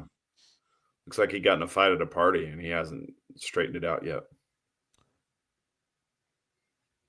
And for the best covers, we have the Punisher. I don't know if we have any Punisher covers tonight. Rob went live on Whatnot. I just got the notification. Should we go over there and see if he's the Gim from Pulp Fiction? I really don't care about Rob Liefeld. Yeah. All right. For our best covers, we have the Amazing Spider-Man 67, the 1 in 25 Aka variant. This is a beautiful Spider-Man cover. Love the way Black Cat looks. So who's the other guy? That's Spider-Man. That's Spider-Man? Yeah, he's in they're doing a series called The 12 Deaths of Spider-Man right now, where was chosen by Doctor Strange and Doctor Doom to be Earth's champion, and he's fighting all these different creatures. So he gets like a magical suit, and that's the suit he's wearing. Oh, okay. It's got like a fancy scarf and some metallic body armor. Looks like Artie Lang dressed as Deadpool. Yeah, it kind of does. But love that cover. Then we have Transformers 17, the cover E, 1 in 50, Homar variant. That's cool. Yeah, it's a really nice Transformers cover. I like how much they look like the toys from back in the day. Right? That's really cool. He must have some collectibles on his desk that he was using to model. Very nicely done cover. Then we have Action Comics 1083, Terran Clark cardstock cover. How to not break the girl's neck while you save her. I like that. Fucking. Yeah, I just love the detail on stopping this robot. What I'm assuming it is. I'm helping the little girl up. That's a very well done cover. Very well done. He didn't have to draw a bunch of muscles on Superman. He let shadowing do a lot of the work. Yeah. Very nice cover. Kind of more of that Christopher Reeves-esque Superman feel to it. I mean, honestly, if you think about it, how does Superman even get a pump? Nothing is heavy to him. So how does he even get a workout in? Yeah. Lots of push-ups. Great depth of field, Tyson says. Yeah. He's right. He's right on. I like the guy cheering back here. It kind of made me think of the Avatar Last Airbender episode where they go to Kyoshi Island and all the people in Kyoshi Island like freak out that the Avatar is there when Aang shows them his little trick and they start foaming at the mouth and fainting, and just that dude cheering back there made me think of that. The nice lens flare coming off everything. It's just a beautiful cover. That was nice. A lot of I don't attention. buy Action Comics, but I might buy it for this cover. Then we have Batman and Robin 18, the Aaron Bartling cardstock cover. Love that they went classic gray and blue Batman on this. Damian. It's a really nice cover. Yeah, for sure. Can't go wrong with Batman. But although on my screen it's darker here than it is on the StreamYard, so his chest looks a little busted right here. But otherwise, really good stuff. Archel said, notice the metal about to hit her head. Oh yeah, I didn't even see that. She's gonna get taken out right here. Boom. Well, there's no shadow of it on the ground. Maybe I think it's it's wide around. I think it's just there's a lot of debris just kind of floating around. That's his cadaver wang that he had on to get some girth. That's got a mind of its own now. But then we have Green Lantern Corps David Wilkins cardstock cover. That's how you draw women, Rob. Take notes. Maybe you should have taken an art class instead of bragging about how you've never had an art lesson before. Right. The one on the right looks like Queen Bee. Kinda. Kind of a Queen Bee proportions there. This one looks like. You think this one looks like Queen Bee? Yeah, that's what I'm talking about. And then the one on the left, somebody else. I don't know. I was gonna say J-Lo, but she's kind of got J-Lo proportions. Small up top, big in the back. Mm-hmm. But it's a good Green Lantern cover nonetheless. Then we have One World Under Doom #1, the 1 in 100 Rose Bash Virgin variant. There is a open order trade dress of this as well, but I just thought this is a badass cover, man. This is a badass Doom cover. Tyson, those ladies should scissor. And then we have Magic #2, the 1 in 100 Pablo Villalobos Virgin variant. There is a for all you J. Scott Campbell fans, there is a J. Scott Campbell A cover for this, open order, but it's not great. The Villalobos is definitely the better of the covers. And I just really love the way Villalobos draws Magic. It is a beautiful cover. There is a trade dress open order version of this book as well, or this cover as well. But this is a beautiful 1 in 100 virgin variant of Magic. Or if you listen to Marco, Magic. Then we have Aquaman 2. That Magic cover is dope, but I'm getting the trade dress. Yeah, I agree. I'm going to get the trade dress as well, T. Jones. I'm not going to pay $100 for a 1 in 100, but is that Amber Heard dropping a grumpy? Yes, it is. Aquaman 1 in 25, Salvador Lacora cardstock cover. I thought this was a good cover. It kind of has that like Anne Frank, or not Anne Frank. What is it? It's Anne Frank. What? Lisa Frank. There you go. Lisa Frank. Okay. Lisa Frank vibe, like the 90s folder cover. Mm-hmm. Kind of has that pop wave feel to it. It's really cool. That's one impressive hammerhead shark in the background there. Yeah, he doesn't need any surgery. He doesn't need any hammerhead enlargement surgery. Nope. He's got it where it counts. And then we have this Gwenpool Spider Ghost number 10, or Ghost Spider number 10, Mark Brooks cover. Oh, I just really like this cover. I like the all red background with the webbing, and I feel like it makes the rest of her pop really well. And it's really well done. I kind of like how the title is all wrapped up in the webbing as well. I think it's a really nicely done. If you pause it right at the exact moment, it says the F word in webbing, like Aladdin. Oh, like the. I thought it said "Drink your Ovaltine." Yeah, drink your Ovaltine. There's a hidden message in the pre-web. The hammerhead has the girth. And then for our bats, this would look good on a canvas pick of the week. I have Absolute Batman number 5, the Ian Bertram cardstock cover. I just felt this cover was kind of cool and trippy. Is he leaking? What's going on? Kind of looks like it, huh? It's like he's melting. Looks like he's about to fall off a cliff. It doesn't look like a cliff. It looks like a bar of soap. It's different. I don't know. It just looked kind of cool to me. Bet you if you were on shrooms or I think that's supposed to be lamp. His cape right there coming off of him. There's his other leg. Like, it's just really cool. Kind of trippy. One that I could get behind in this style. Even if it does look like he's got a dong right here. And that massive vein. He's melting. I'm melting. And then we also have Batman Dark Patterns number 3, Ashley Wood cardstock cover. Oh, that was kind of cool too. Very different. Although it looks like a ball sack right here. Okay. Color is flowing. Ever since you brought up fucking Wangs, it's all I see tonight, Sam. I ran out too.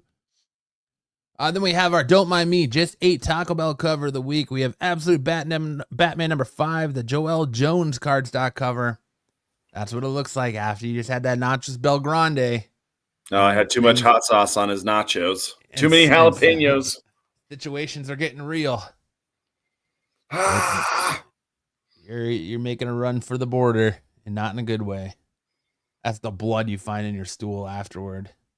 Matt loves the Wang. But yeah, Batman. Oof, that's the pure Taco Bell. That captures the Taco Bell experience. And yep, simultaneously constipated and diarrhea. Yeah. Oof, it's getting rough out there in the streets for Batman after eating Taco Bell, huh? And that brings us, that's it for best and worst covers of the week. That brings us into our first appearances of the week. And for first appearances, we have, I think, 2 this week on all new Batgirl or all in Batgirl number 4. You have the first appearance of Chodoka the Unbowed and Nagiri the Unknown. Is that Bodak the Unchode? No, sorry, sure. Chodak the Unchode. I'll go with Unchode. Let's go with Unchode. I'm all right with that. Got him right here in the background. She's looking very Raven-esque. And he looks like a rejected Submariner cosplayer. Yeah. Rolling through right there. Batman was losing the battle. Word. I think it was a battle he couldn't fight. He lost before he even got that far. And Power Man Timeless #1. We got the first appearance of Eon the Knife. When the shark bites, hey, get out there. When the bee stings. And pick up these first appearances this week. It was kind of a Eon light week. the Knife. Look at this dude right here, man. Yeah, he's having a great time. He's having just a great time. Timeless. But don't walk to your LCS to pick up these first appearances this week, or don't. I don't really. Oh, dude, this looks like straight out of One Punch Man. This was a scene in One Punch Man. Was it? Yeah, there's a fight between Saitama and Garo that takes place on the moon of Jupiter, and it ends with Saitama sneezing, and he sneezes away like a big chunk of the atmosphere of Jupiter. But it's just like this. Good old Saitama. And that's it. So that brings me to our my comic book pick of the week. Listen, my pick of the week is going to be Absolute Superman #4. There really wasn't a lot to work with this week. A lot of my books that I picked up this week were from last week because Diamond was delayed. So my Mark Spear stuff and Silverhawks didn't come in until this week. But this was really the only new book that came out this week that was worth talking about. You could have picked up Ultimates number 9 that gave you your first appearance of the Ultimate Luke Cage, or not first appearance, but debut of Ultimate Luke Cage. But this was the only one that's really worth talking about. This title remains solid, all Absolute books do.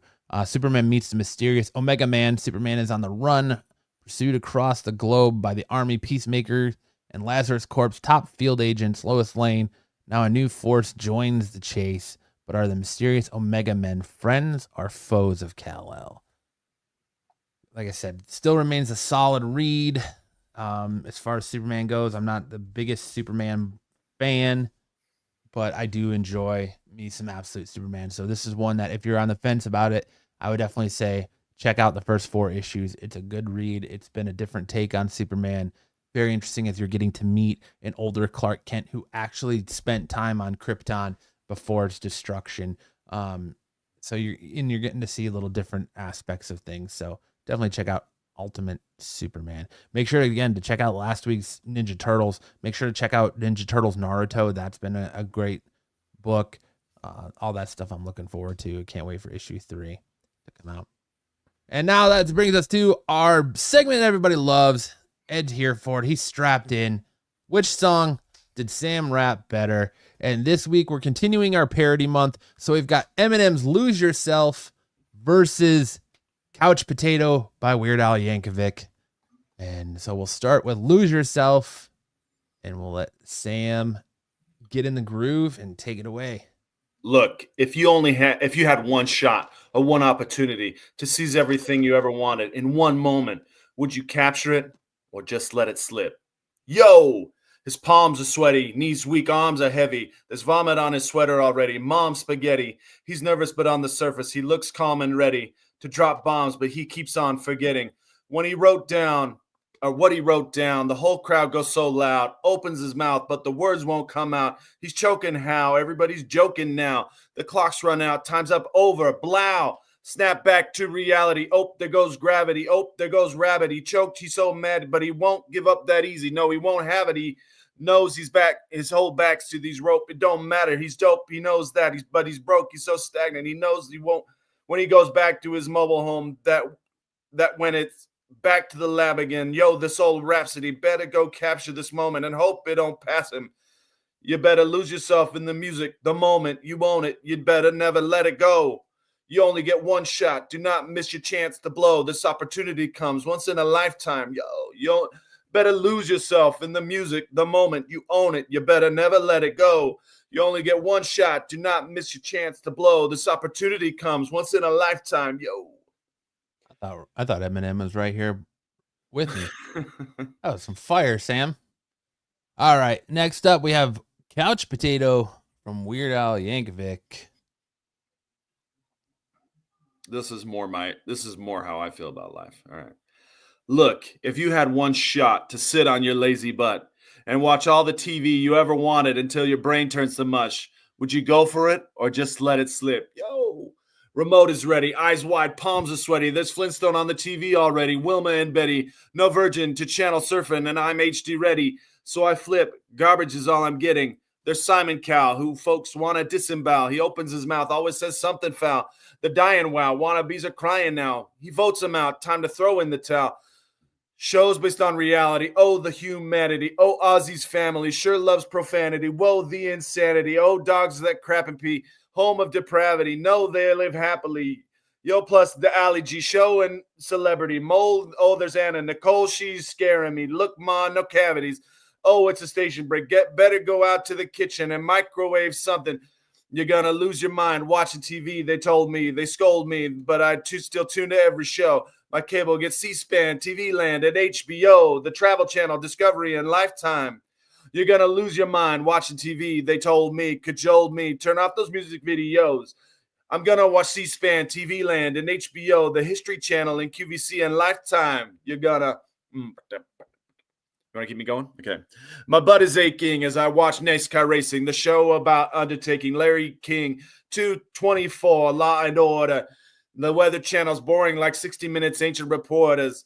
Next up on E! True Hollywood Story, the rise and decline of 12 actors named Corey. Shows for the next fall. They've already been naming CSI Boise and Touched by an Uncle. Both seem pretty lame. So does Everybody Tolerates Raymond. And King of Queens jumped the shark the first minute. I can't believe Richard Simmons ain't in it. I move right on to 8 simple rules for dating my teenage daughter. Then I bet I watched the Bachelorette, followed by Welcome Back, Kotter, The Muppet Show, where they go, mana, mana. You're going to lose your mind watching TV. They told me. They scold me, but I tune into every show. My cable gets C-SPAN, TV Land, and HBO, the Disney Channel, and AE, and a Lifetime. You're going to lose your mind watching TV. They told me, cajoled me, but I still love Lisa Kudrow. I'm looking at C-SPAN, TV Land, and HBO, the Playboy Channel, and Core TV, and Lifetime. Nice. Good job, Sam. That's tough. Which song did Sam do? Rhythm is really tough. Was it Lose Yourself or Couch Potato by Weird Al? It's good stuff, man. Like I said, I felt like Eminem was right here waiting for us. All right. Now it's time for the new favorite game where I gave you 4 clues and you tell me the name of the character and what movie they're from. It's time for another dose of Hollywood Assholes.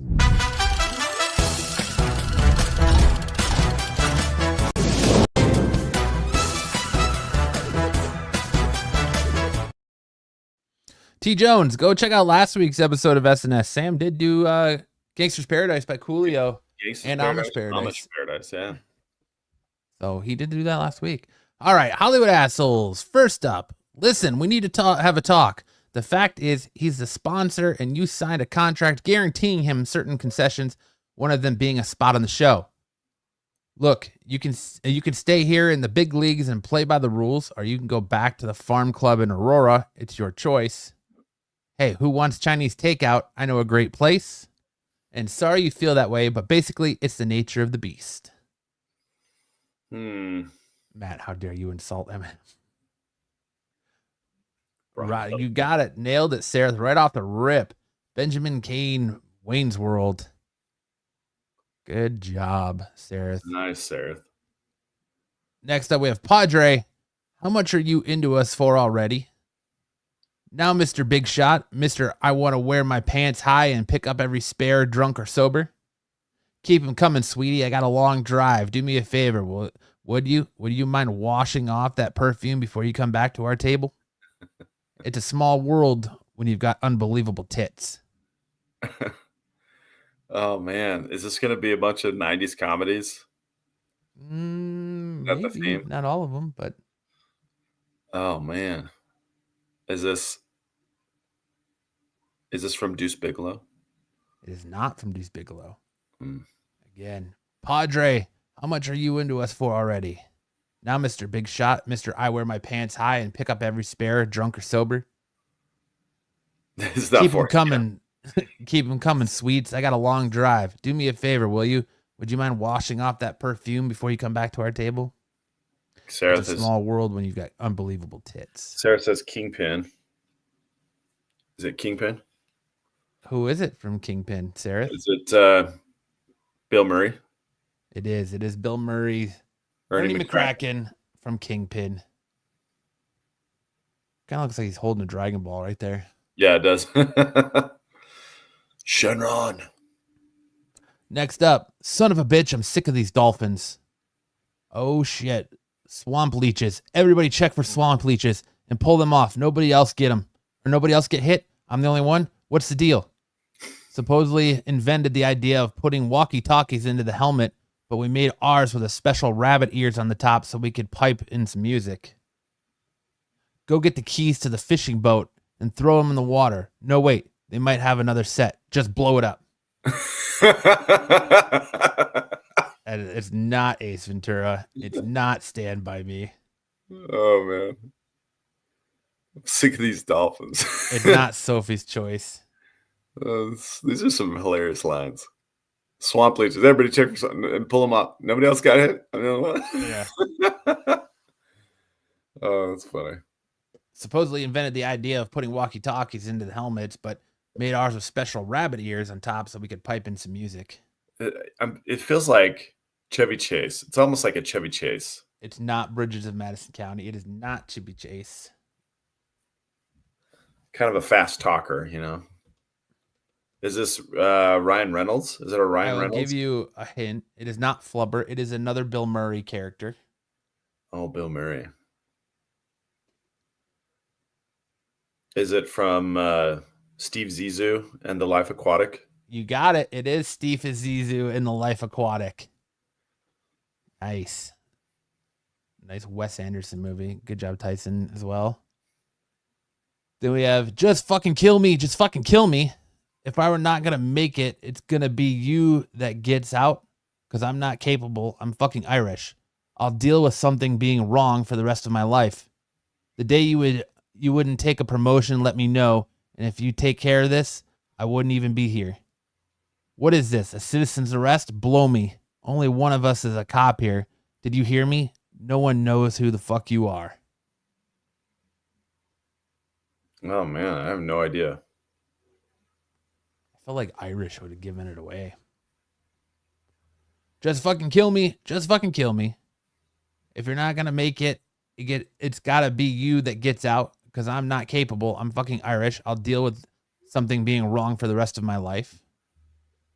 The day you wouldn't take a promotion, let me know. And if you'd taken care of this, I wouldn't even be here. And what is this? A citizen's arrest? Blow me. Only one of us is a cop here.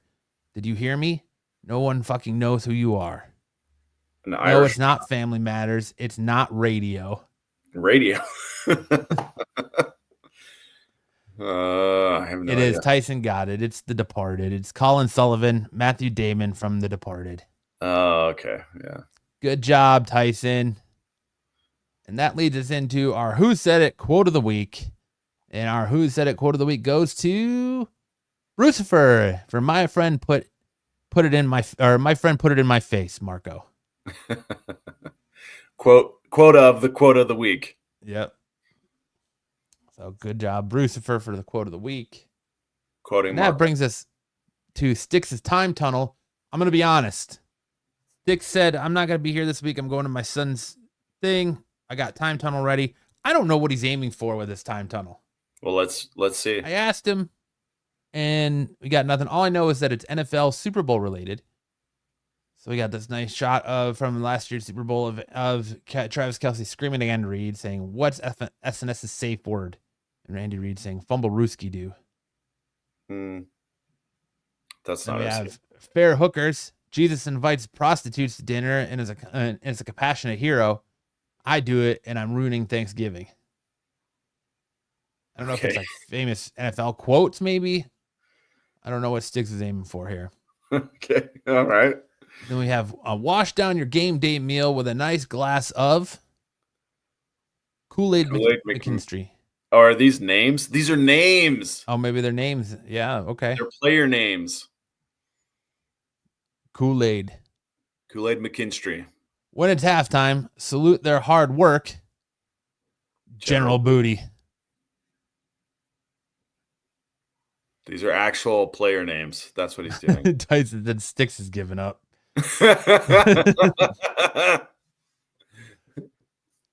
All right. And now it's time for the segment that sends everybody for the hills, where they're like, I just want to talk about comic books. I don't want to talk about hot chicks and dudes. It's time for misconnections. Watch yours.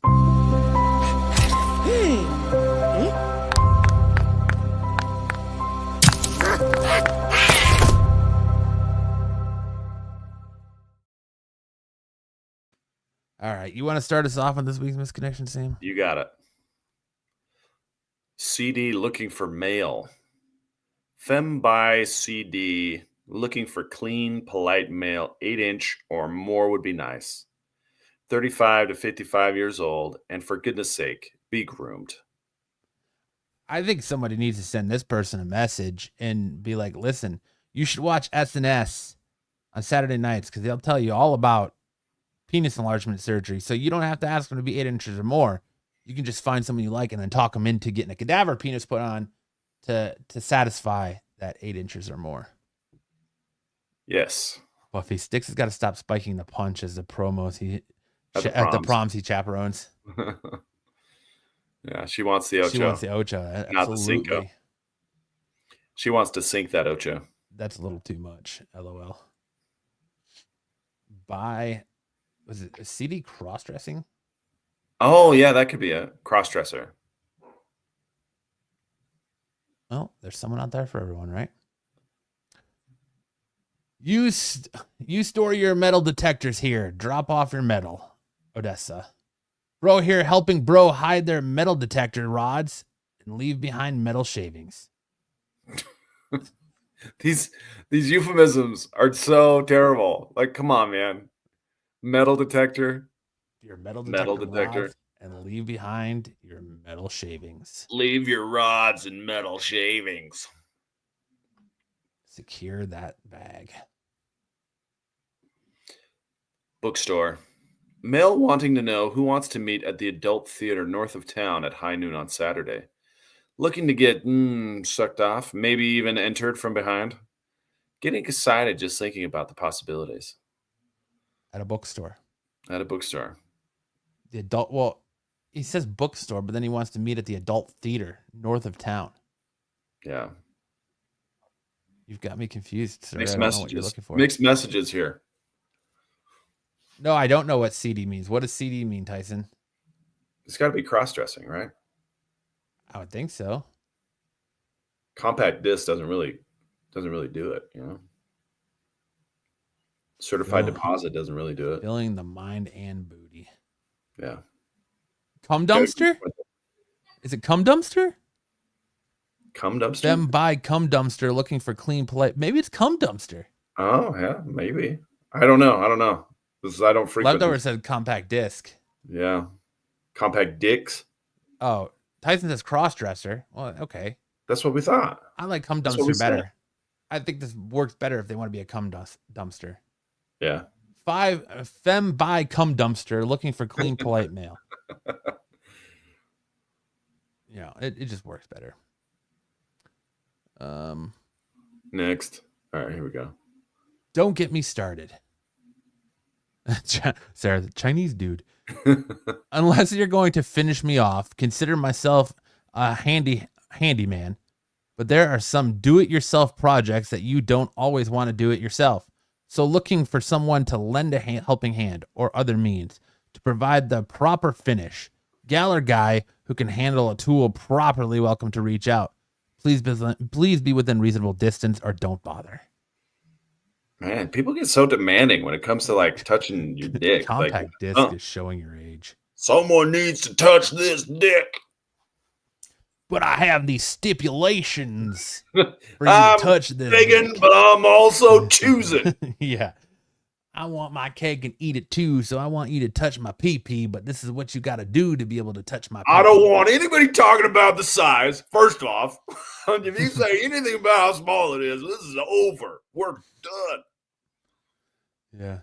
I sometimes got to do it myself, but I don't always like to do it myself. If you catch my drift. I need someone to yank my cranker, if you know what I mean.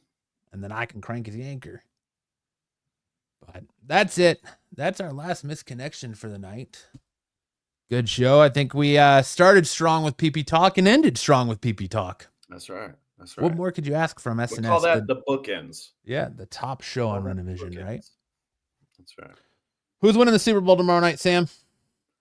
I have a hard time betting on anybody but the Chiefs when I've seen how the refs ref for the Chiefs. I have a hard time thinking that the Eagles stand any more of a chance than they did last year. I think it's Eagles 27-24. I hope you're right. I hope you're right that the Eagles win. I would love to see the Eagles win. I'm guessing that in the fourth quarter, the Chiefs are gonna put them away. Also, I have the Chiefs scored more than 21 points all season in any game. I don't think so. I think their average score for the season is like 18. And Zaggy says, I'm betting on X-Men trailer. I think that's a losing bet, sir. Tyson says Chiefs will win. Screw the NFL. I just don't think you can go for a three-peat. I don't think, like I said, modern NFL, there should be any team that's winning 3 in a row. I'm hoping, Sarah says, I hope Saquon goes off. Me too. I hope they run all over the Chiefs. But like I said, if they're going to win, they got to put them away early. They got to be up big early and hold the lead and not let the Chiefs get back in the game and not let the refs be an impact. They're averaging 30 all year. They're averaging 22 points. I don't even think the Chiefs, the way the Chiefs played all year, I don't know how they even made it this far, but here we are again. Dude, we know. We covered it last week. I know. That's every game. I know. That's every game. Yeah, we're already starting to see some of the commercials leak out. There's a very nightmare-fueled Mountain Dew commercial out there with Seal. I saw that yesterday. I was cracking up. There's like the pause where the sharks appear, and then he goes, yeah. There you see. Yeah. And it cuts in on his face on a sealed body. So I was like, this funny. is nightmare fuel. It's so funny. It cracks me up. It totally caught me by surprise. My daughter Logan was watching me when I was watching it in my phone, and she stopped watching and instantly started crying because it was terrible. She started crying? Yeah, she started crying when Seal came on. It was so funny. But it's so funny. I like that one a lot. I hope you all have a great Super Bowl Sunday, enjoying the commercials, enjoying the game. Hope the halftime show by Kendrick Lamar is really good and one to talk about instead of one to shit on like past Super Bowl halftime shows have been. On that note, make sure to check out all the rest of the shows and programming on this channel. I think there's going to be a Star Wars show tomorrow night. I'm not sure if they're doing one live or taped because of the Super Bowl. But make sure to check out Tales from the Dark Side on Sundays. Make sure to check out all P shorts through the week.